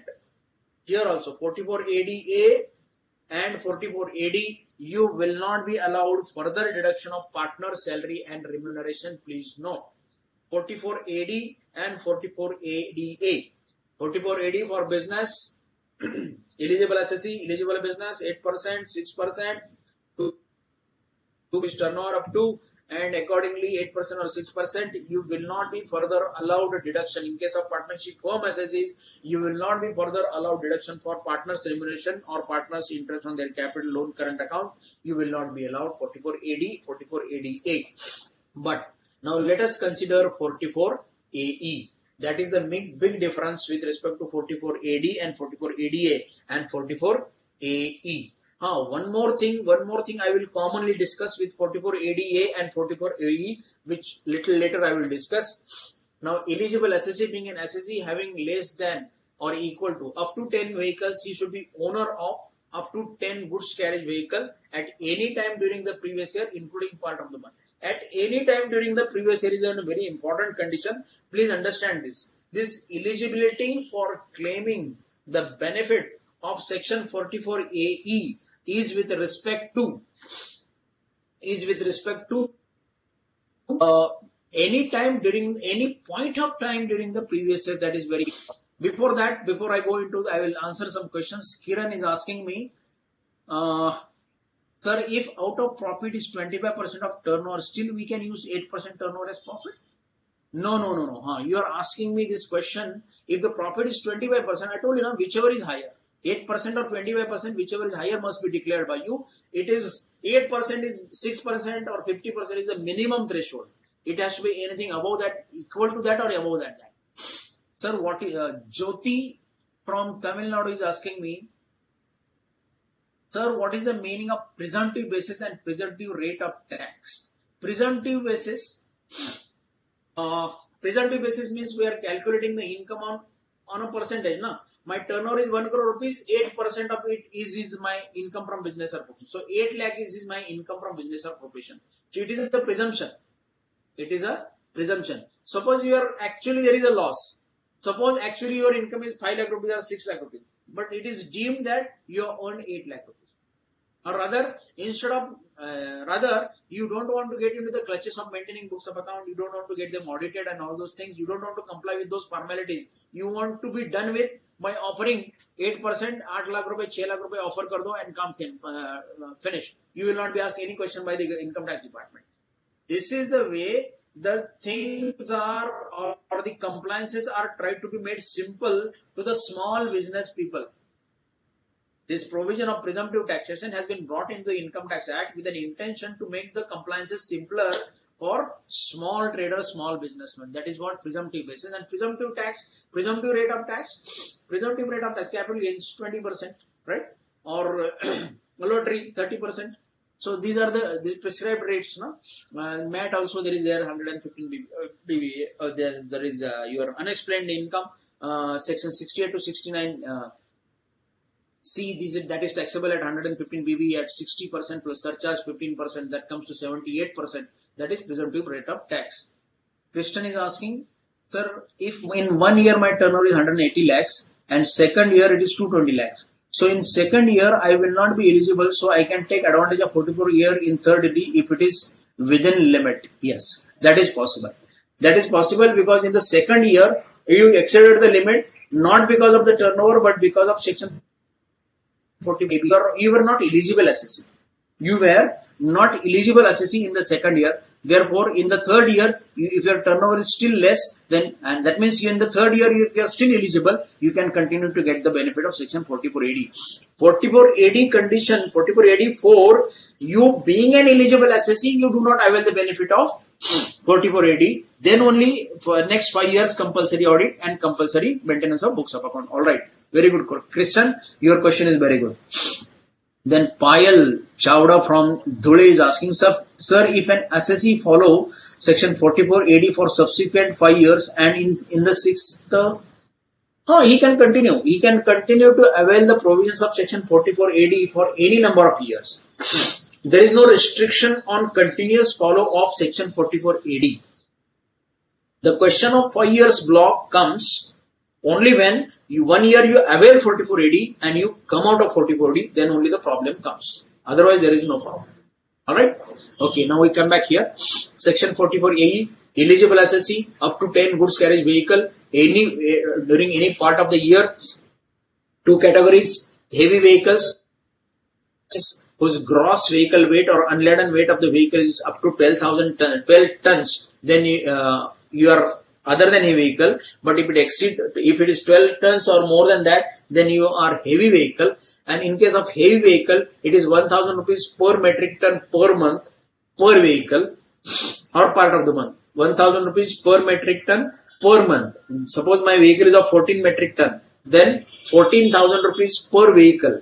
14,000 into 12 for that vehicle will be my annual income. Suppose I have 5 vehicles of that, so 14,000 into 12 into 5 will be my income from this heavy vehicle. If I am having vehicle other than heavy vehicle, that means the gross vehicle weight or unladen weight of the vehicle is less than 12 metric tons, then I can offer 7,500 rupees per month or part of the month.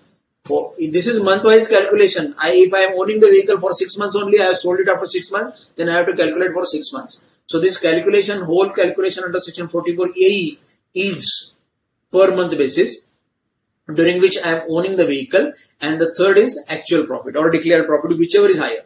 For heavy vehicle, 1000 rupees per month per metric ton per vehicle, 7500 rupees for other vehicles other than heavy vehicles per month per vehicle or part of the month definitely, or declared profit. In dono ka milake, you can consider with the declared profit, whichever is higher is to be considered as the income, presumptive income under section 44 AE.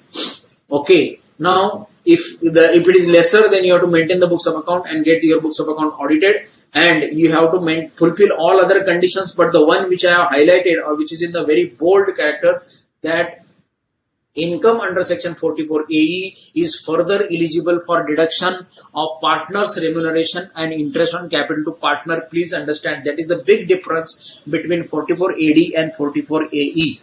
In 44 AD and 44 ADA, the 8%, 6% and 50% is not further subject to deduction of partners' remuneration and interest, but in 44 AE, that is further subject to deduction and of partners' remuneration and interest. So 44 AE still remains attractive for the partnership firms, but it does not remain attractive for the partnership firms any longer because of this restriction that they are not further allowed deduction of 8% partners remuneration and interest. That is the big difference between 44 AD ADA versus 44 AE.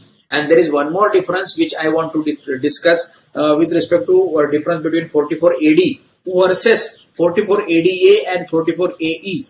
44 AD at one place and 44 ADA and 44 AE at other place. ये दोनों एक साथ और 44 AD एक साथ. There is a condition we discussed. 1 year you avail the benefit, 17-18 you avail the benefit, 19-20 you did not avail the benefit for 5 years next. You must get your books of account compulsory audited even if you declare more profit. See this 1 year on, 1 year off and then next 5 years. This concept is there in 44 AD only. This concept is not there in 44 ADA or 44 AE. That means in any year you want to get out of 44 ADA. That means I have a gross receipt as a chartered account. I have a gross receipt of 40 lakh rupees. I do not want to declare 20 lakh, 50%, that is 20 lakh rupees as my income. Then in that year I must get my books of account audited. Next year my income is 45 lakh rupees. I want to offer 30 lakh rupees as my income from business profession. No problem. I can offer. I need not maintain books of account. I need not get the accounts audited. So 1 year on, 1 year off, 1 year on, 1 year off, no problem. For 44 ADA and 44 AE, similar situation. But for 44 AD, there are various restrictions. Please understand. You are availing once, you are getting out of it. Next 5 years, whatever happens, you still will have to get your books of account audited. That is how.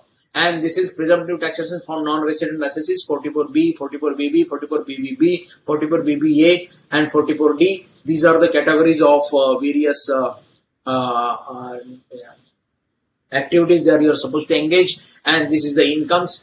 44BBB is not mentioned here. 44BBB was with respect to turnkey power project plants in which you are operating. There the minimum percentage like 44BB 10%. If you are engaged in civil construction etc. activities in turnkey power project implementation, then also you can avail the benefit of presumptive taxation under section 44 BBB, where the minimum presumptive income is 10% of the turnover. So these are the sections which we discussed. There is nothing more to discuss on this, but okay, now here we close with respect to my regular discussions, and now I want to share some questions with you. In the time permits, I will go to the lectures, and I will try to discuss some questions for you. I suppose this MCQ is there.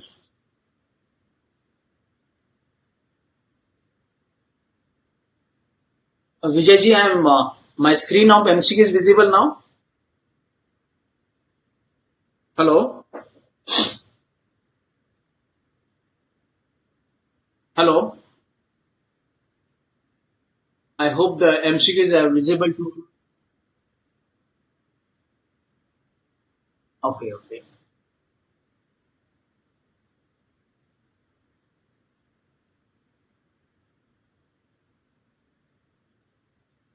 अभी देखिए विजय जी.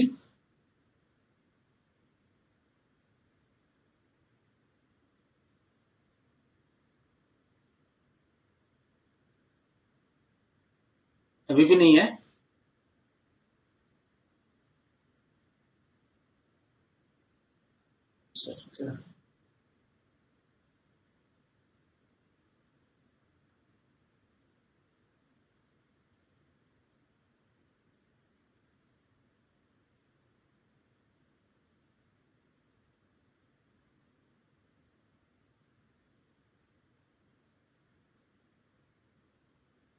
अभी देखिए Vijay ji. Okay. Abhi. Okay. Before I take, I have two questions. I have one question from Sridhar from Bangalore. Janvi, see if it is visible now. I suppose now it is visible. I confirm. Before that, we go to the MCQs where I have some question to answer. Sridhar, Bangalore. Sir, for 44 AE, partners remuneration is allowed without any restriction? No. Without restriction. Restrictions will be there, but it will be allowed. 40B restrictions will be there. 90% and 60% for 3 lakh and subsequent. It will be there. With those restrictions, whatever is allowable will be allowed only under section 44 AE, but not at all under 44 AD and 44 ADA. That is the question. Alright. Okay. So the first question, guys, for all of us. Assisi businessman has contributed a sum of 10 crore rupees to a body notified by the central government to be used in scientific research which is not related to the business of the assessee. Whether deduction for contribution can be claimed under section 35. What is the amount of deduction? Basically, it can be either of the A or C. So what is the answer? With respect to section 35, what is the answer? Please understand that body notified by the central government and scientific research. Yes, Mugdha Kendra from Haridabad. Is the screen visible to you right now?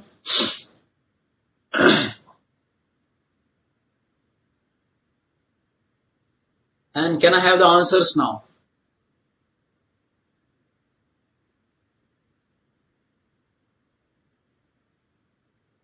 Yes, assessee businessman has contributed whatever 10 crore rupees. What is the amount of deduction? Contribution is for scientific research, though not related to the business of the assessee, and it is to a body notified by the central government. Yes. I have answers now. Saikat from West Bengal.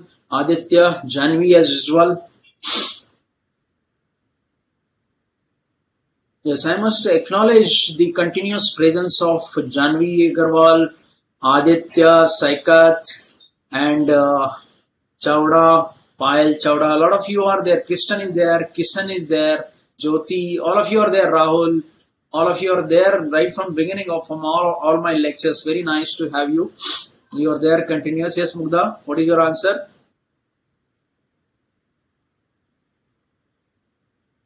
Yes.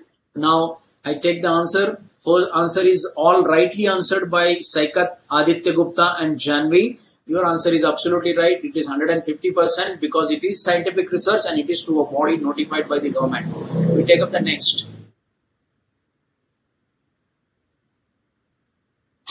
Mr. J, businessman, has contributed rupees 3.25 crore to a national laboratory. He had claimed deduction under section 35 2AA. Whether he can claim depreciation on capital asset? Yes, Nidhi Sharma, you are there. Simla, 150%. Yes. Option A, right. A, right. Yes, right. Jyoti, Aman Agarwal from Lucknow. Jyoti from Tamil Nadu. Bharat Dhawan from Delhi. And Nidhi Sharma from Shimla. All of you are right answers. Absolutely right. This one is very simple. Question number 2 is very simple. Can I have the answer? It is very simple. Logical. Not much to remember. Not much to trace. And you can definitely answer this question.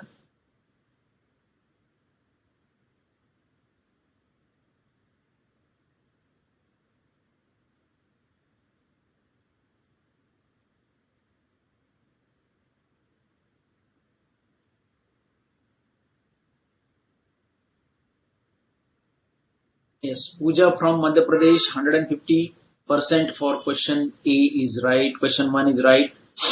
Now, yes. Please mention the question number so that I understand what is the answer. What is your answer to that particular question? Take little time. 1 or 2 seconds more, okay? But I understand you because some people, they get late in answering. Okay, so the answers which come to me in sequence, I must know. I otherwise get confused. To which question you are giving this answer? Okay. Yes.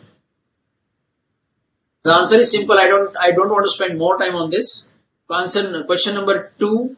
Once you are claiming 3.25 lakhs to a national laboratory, you are entitled for 150% deduction, and because you have claimed the deduction for the entire contribution, you cannot further claim the depreciation at all. Aditya, Varanasi, you have given the answer C, not for the same AY in which deduction is claimed. You mean to say that depreciation can be claimed in the subsequent years? That is not the correct understanding, Aditya.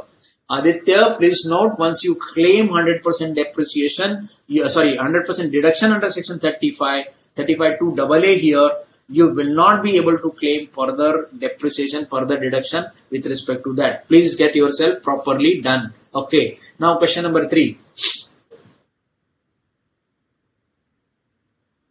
Assessee incurred 25 crore as capital expenditure used in scientific research related to business. Any assessee, capital expenditure related to business, 100% deduction can be claimed. But prior to commencement of the business, whether deduction for the same can be claimed. Deduction can be, yes, option B, yes, 2A. Pooja, you are wrong. You cannot claim the deduction, Pooja. Section 30 for Pooja from Madhya Pradesh. You are wrong. Please get yourself corrected in this. You cannot claim the reduction once the capital expenditure has been allowed. Now come to question 3. Incur 25 crore as capital expenditure on scientific research related to the business. I can claim 100% deduction, but this expenditure is incurred earlier, prior to the commencement of business. So which of the option is now correct in this? Question number 3. I want you to choose the option between A, B, C, D. Can I have the answer? Yes, I will wait for you.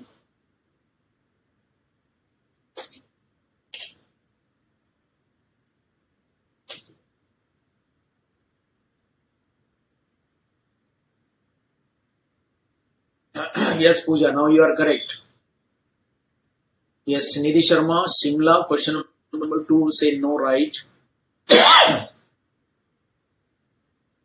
Sir, there is one question from Sridhar from Bangalore. Sir, in the case of 150% depreciation, what is the accounting entry? Deduction under section 35 has nothing to do with the accounting entry, Sridhar. It is the claim to be made directly in the computation of income. You don't have to. Suppose you are a company and you incur capital expenditure where you are claiming 150% depreciation in the computation of income. In the accounts of the company, you have to go by the depreciation rates given for the companies by the Companies Act. There is nothing to be done with the accounting entry. Don't get yourself confused with the accounting part of it. Accounting is different and computation of income is different. Alright. Yes, I have no answers for question number 3. Mugdha Kindra is still on number 2 from Faridabad. You are saying no. That's right, Mugdha. Now, please come on for question number 3. Question number 3. 25 crore rupees as a capital expenditure incurred prior to the commencement of the business. When can I claim? Before the commencement of the business, the time limit is how much? Most of you answered it right. It is not 10 years, it is not 5 years, it is 3 years. You can incur the expenditure up to 3 years before the commencement of the business, 3 years immediately preceding the commencement of the business, and accordingly you can claim the deduction of capital or revenue expenditure. But revenue expenditure has to be only on the employees of the salary or personnel and material consumed in the research, okay, and capital expenditure. But for all, the time limit is 3 years. I have correct answers from Aditya Gupta from Varanasi, Saikat Das from West Bengal, then Pooja from Madhya Pradesh, Nidhi Sharma from Shimla, you are right. Aditi from Kerala, you are also right. Janvi, yes, you are right. Janvi, you have been always right. Janvi, I appreciate your efforts. You have been very, very, very good and very prompt. Keep it up. Then Bharat Dhawan, Bharat, you are answering what? 5 years, no Bharat? Bharat Dhawan from Delhi, you need to correct yourself. It is not 5 years time limit, Bharat. It is only for 3 years. Alright.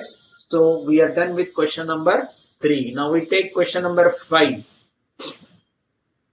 Mr. Sumit engaged in the business of biotechnology incurred 235 crore on acquisition of land. The deduction for the same can be claimed under section 35. Question number 4.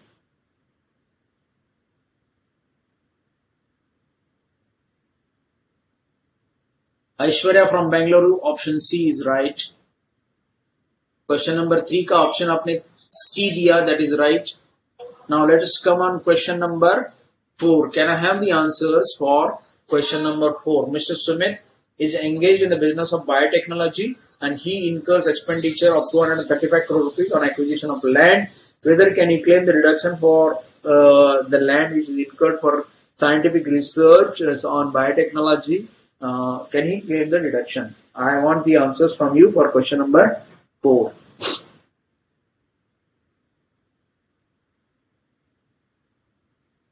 Can I have the answers for question number 4?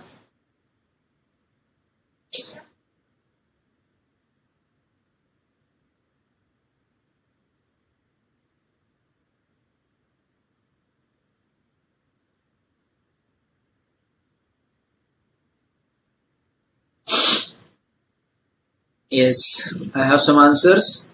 Rahul Sridhar from TBM. Answer is no.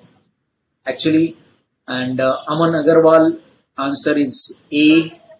Aditya Gupta, answer is A. Aishwarya from Bangalore, answer given is B. Janvi, answer given is no, that is first option A. Then Tanuku Manasa from Hyderabad, answer is B. Okay, so guys, please understand this, those who are given other than answer A, that he is not eligible for the deduction because it is on the acquisition of land, excluding land, expenditure on scientific research, it is always excluding land. So the answer is option A for question number 4. Nidhi Sharma, you are right. Saikat, you are right. Aditi from Kerala, you are right. Tanuku Manasa, you corrected yourself. Yes, answer is right. Jyoti Vikrant from Tamil Nadu, answer is A, right. And Bharat Dhawan from Delhi, answer A is right. Okay, very good. Now we go to question number 5. Mr. M engaged in business of operating hospital, having 150 beds for patients, incurred loss in the previous year 100 lakhs. He is also engaged in the business of trading up clothes in which he has earned profit of 150 lakhs. What will be the income of Mr. M taxable under the PGBP? Is it 50 lakhs? It is 150 lakhs and loss of 100 lakhs and none of the above. Question number 5.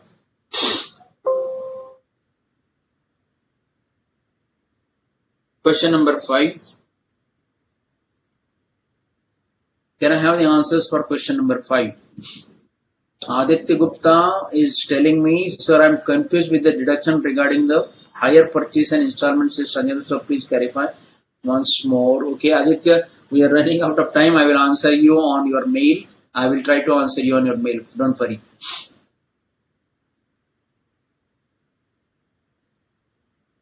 Okay. What is the answer to question number 5? Can I have the answers? We will be closing exactly at 9:40. Today we have to close by 9:40. I still have about 5 questions to discuss with you. So can I have your answers little fast?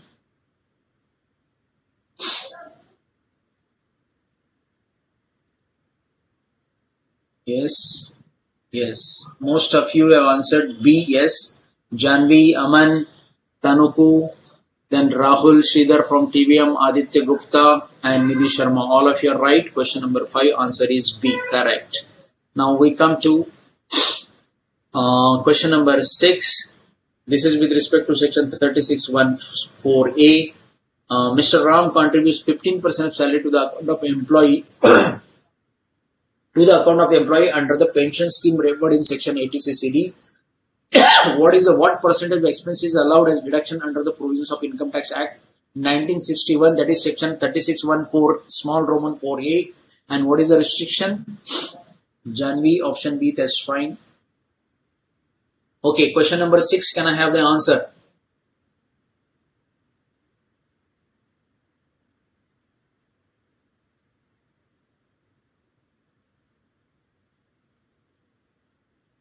Question number 5 still coming. Question number 5, we are answering question number 5 ka answer B, but there is one person who is wrong. Bharat Dhawan, you are saying question number 5 ka answer A. Bharat, please get yourself corrected. For question number 5, the answer is B. 150%, 150 lakhs and 100 lakh will be the loss of the business which has to be independently carried. It cannot be set off against the loss of any other business but the specified business. Yes, Jyoti from Tamil Nadu, you are right. Question number 5, right. Now we are on question number 6. Can I have the answers to question number 6, all of you?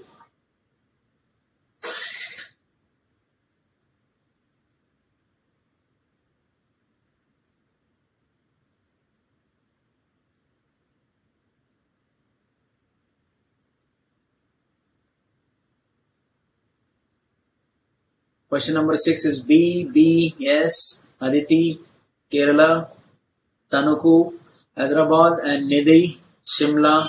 Yes, very good. Question number 6, the answer is definitely 10% of the salary, and salary here means basic salary plus dear net allowance if the terms of the employment so provide, which is there for section 1013A HRA. The definition of salary there in HRA is the definition here for section 3614A. 10% is the limit, 10% of salary, and salary here means basic plus dear net allowance if the terms of the agreement so provide. All right. Question number 6. I suppose I have any more answers for question number 6. Be little fast. Answer your questions. Yes, question number 6. Somebody is answering. Pooja saying A, not Pooja. Pooja, it's not correct. It is 10%. Saikat Das, you are answering A. That's not correct. And Bharat Dhawan, option B, yes.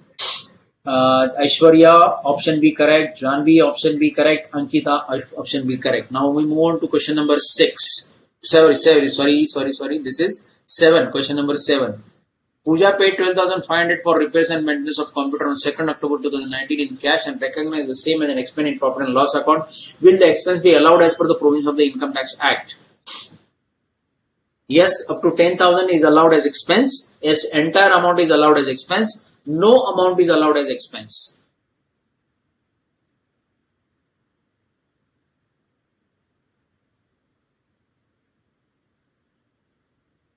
Pooja paid 12,500 for repairs and maintenance of computer on 2nd October 2019 in cash and recognized the same as an expense.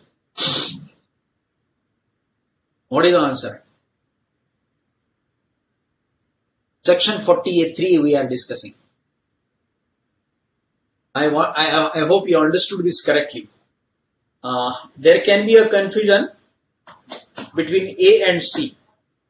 B cannot be the answer, but definitely because the amount is paid in cash.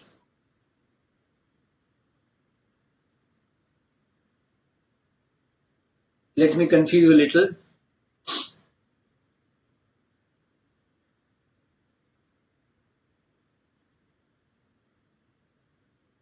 Can I have the answer for question number 7? It's a very tricky question and you have to be very alert. This is a typical question which is otherwise asked in your competitive examination. We are still on 7.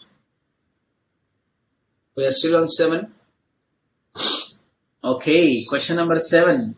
We have the choices between C, B, C, A, B, and C.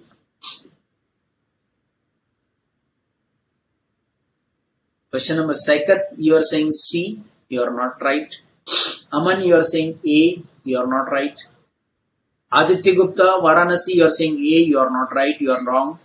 Bharat is saying option B. I don't know how Bharat got it. Sridhar, option A, wrong. Nidhi, you are saying B, correct, you are Nidhi. Bharat Dhawan from Delhi, you are saying B. And Nidhi Sharma from Shimla, you are saying B. And Pooja is saying C. So those we have seen said question number. Manasa from Hyderabad is also saying B. That is very good. So this is the question which is most confusing, but what is to be understood is that 2nd October is Gandhi Jayanti, on which Rahul Sundar, it is not disallowable. Then Aishwarya, you are saying A, you are wrong. Janvi, you are saying C. Janvi, get yourself corrected. Little tricky question. Jyoti, you are saying C. And Manasa, answer is B only, sir. Okay. Manasa, you are reconfirming your answer, right? Guys, the only thing that you should understand here is 2nd October. 2nd October is a national holiday. It is Gandhi Jayanti. On this day, the banks will be closed. So you fall in the exception of Rule 6DD. And therefore, it is a payment which is made on the day on which the banks are closed because of the holidays or because of the strike. And therefore you fall in the exception provided in the Rule 6D, and therefore this cash payment will be allowed. The entire deduction will be allowed. 2nd October is Gandhi Jayanti. There you must have got misled. Okay. There cannot be any question of option A here. You cannot have option A here. Not up to 10,000 is not allowed. Either it is fully allowed or it is fully disallowed. Okay. So there could have been choice between B and C. Here the choice is B because 2nd October is a Gandhi Jayanti. Last 2-3 minutes. Daughter of Mr. MD was appointed as a manager in his firm. MD made a payment of salary of 35 lakhs to her daughter, whereas assessing officer is of the opinion that such expenditure is excessive or unreasonable, having regard to the fair market value which comes to rupees 29 lakhs. Calculate the amount to be disallowed. So this is section 48(2)(b). Payment made by the managing director of the company to his daughter, who is a specified person because she is a relative of the managing director, as compared to 29 lakhs as the fair market value of the salary. She has been paid 35 lakh. So what is the amount of disallowance? Is it 35 lakhs? It is 29 lakhs, or is it 6 lakhs, or nothing to be disallowed?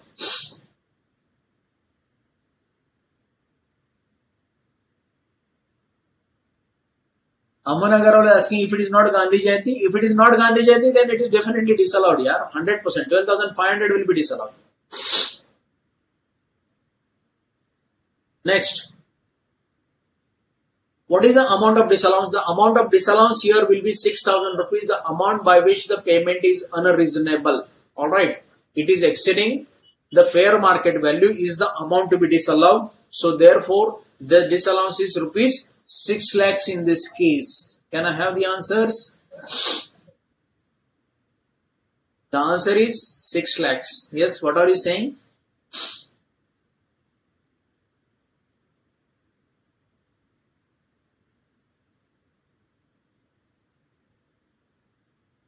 Yes, 8 के लिए answers all 6 lakhs. Very good, very fine. Question number 9. Payment to residents on which tax has not been deducted and oblique paid shall be disallowed to the extent of 0%, 30%, 100% or 50%. Payment to residents. We are talking of 40A small Roman 1A. It is a comparison or trying to get you confused between 40A small Roman 1, that is payment to non-resident, and 40A 1A, that is payment to residents. Here the answer is question number 9. Can I have the answer? There can be only dispute between B and C. You can have, yes. Question number 9, I have the answer. C 100%. Sanjay is saying 100%. And Saikat is saying B. Aishwarya is saying C. No. Aishwarya, you are wrong. Please get yourself corrected. Sanjay from Noida, you are also wrong. Oh, sorry. It is to resident. It is to resident. It is to resident. So, disallowance is 30%. So, Saikat Das is right. From West Bengal, Saikat Das, you are right. 30% is the amount of disallowance.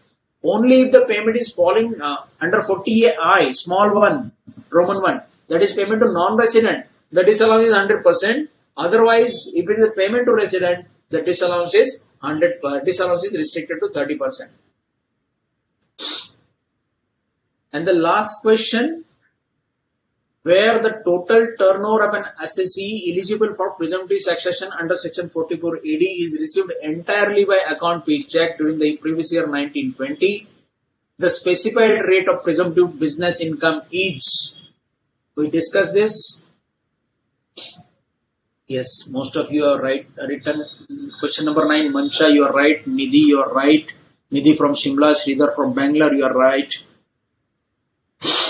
Then Bharat Dhawan from Delhi, you are right. Aditi from Kerala, you are right. Janvi, 30%, you are right. Ankita from Mumbai, 9B, you are right.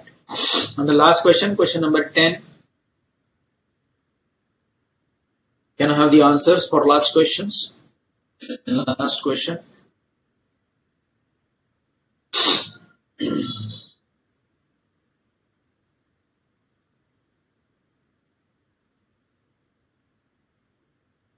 This is very simple question that way. You have only two rates, 8% and 6%. When the payment is made by, payment is received, the entire amount is received. Yes, 10B. All of you are 10B. Nobody wrong. Yes, all of you are right. Ankita, Sanjay, Saikat, Sridhar, Tanuku, Mansha and Pooja, all of you are right. Nobody has gone wrong here because 44 is a very quite obvious and main section. Alright. So here we stop with respect to all the questions are now properly answered. There are two things, if I remember it right, which I need to answer. One is in practice manual 4.292, you wanted to understand something. This is regarding reference to valuation officer. When the reference to valuation, when the stamp duty value is challenged by the assessee, then the assessing officer has to refer the matter to the valuation officer to determine whether stamp duty value is right or wrong. In that case, if the valuation officer states the value lower than stamp duty, that will be accepted. If he says that the valuation is more than stamp duty value, then his valuation will be ignored and stamp duty value will be considered. That means suppose the property is purchased for 40 lakh rupees, property is sold for 40 lakh rupees, stamp duty value is 50 lakh rupees. Assessee does not agree and the matter is referred to the valuation officer. Now the valuation officer, suppose he says that the valuation is 60 lakh rupees. Then his valuation will be ignored and stamp duty value of 50 lakhs will be considered. Suppose he says 45 lakh rupees. Then 45 lakh will be considered and 50 lakh stamp duty value will be ignored.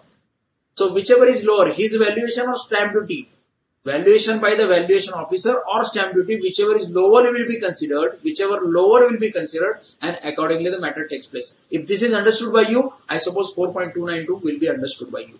And accordingly we could have explained, but the time limit is not there. We stop here. I thank you, all of you, for being present and attending the lectures, all of my lectures. My allotted slot was income from house property and income from business or professions. I was allotted these 4 lectures. I hope I have been able to reach you with respect to the various concepts which are there in these 2 chapters. If any other questions are there, then please do write to me and I will be able to answer your questions. Definitely. As regards the sharing of the income from house property, income from business or profit PPT is concerned, that today I will be sharing by sending it to the institute and which will be hosted by the institute for all of you to understand. There are some corrections to be made. I will make those corrections and then only I will upload it. It will take little time, but by today evening, all the PPT will be available to you for your study. So thank you very much for your attending and taking part in the whole deliberation. Thank you. So we close here. Mr. Vijay.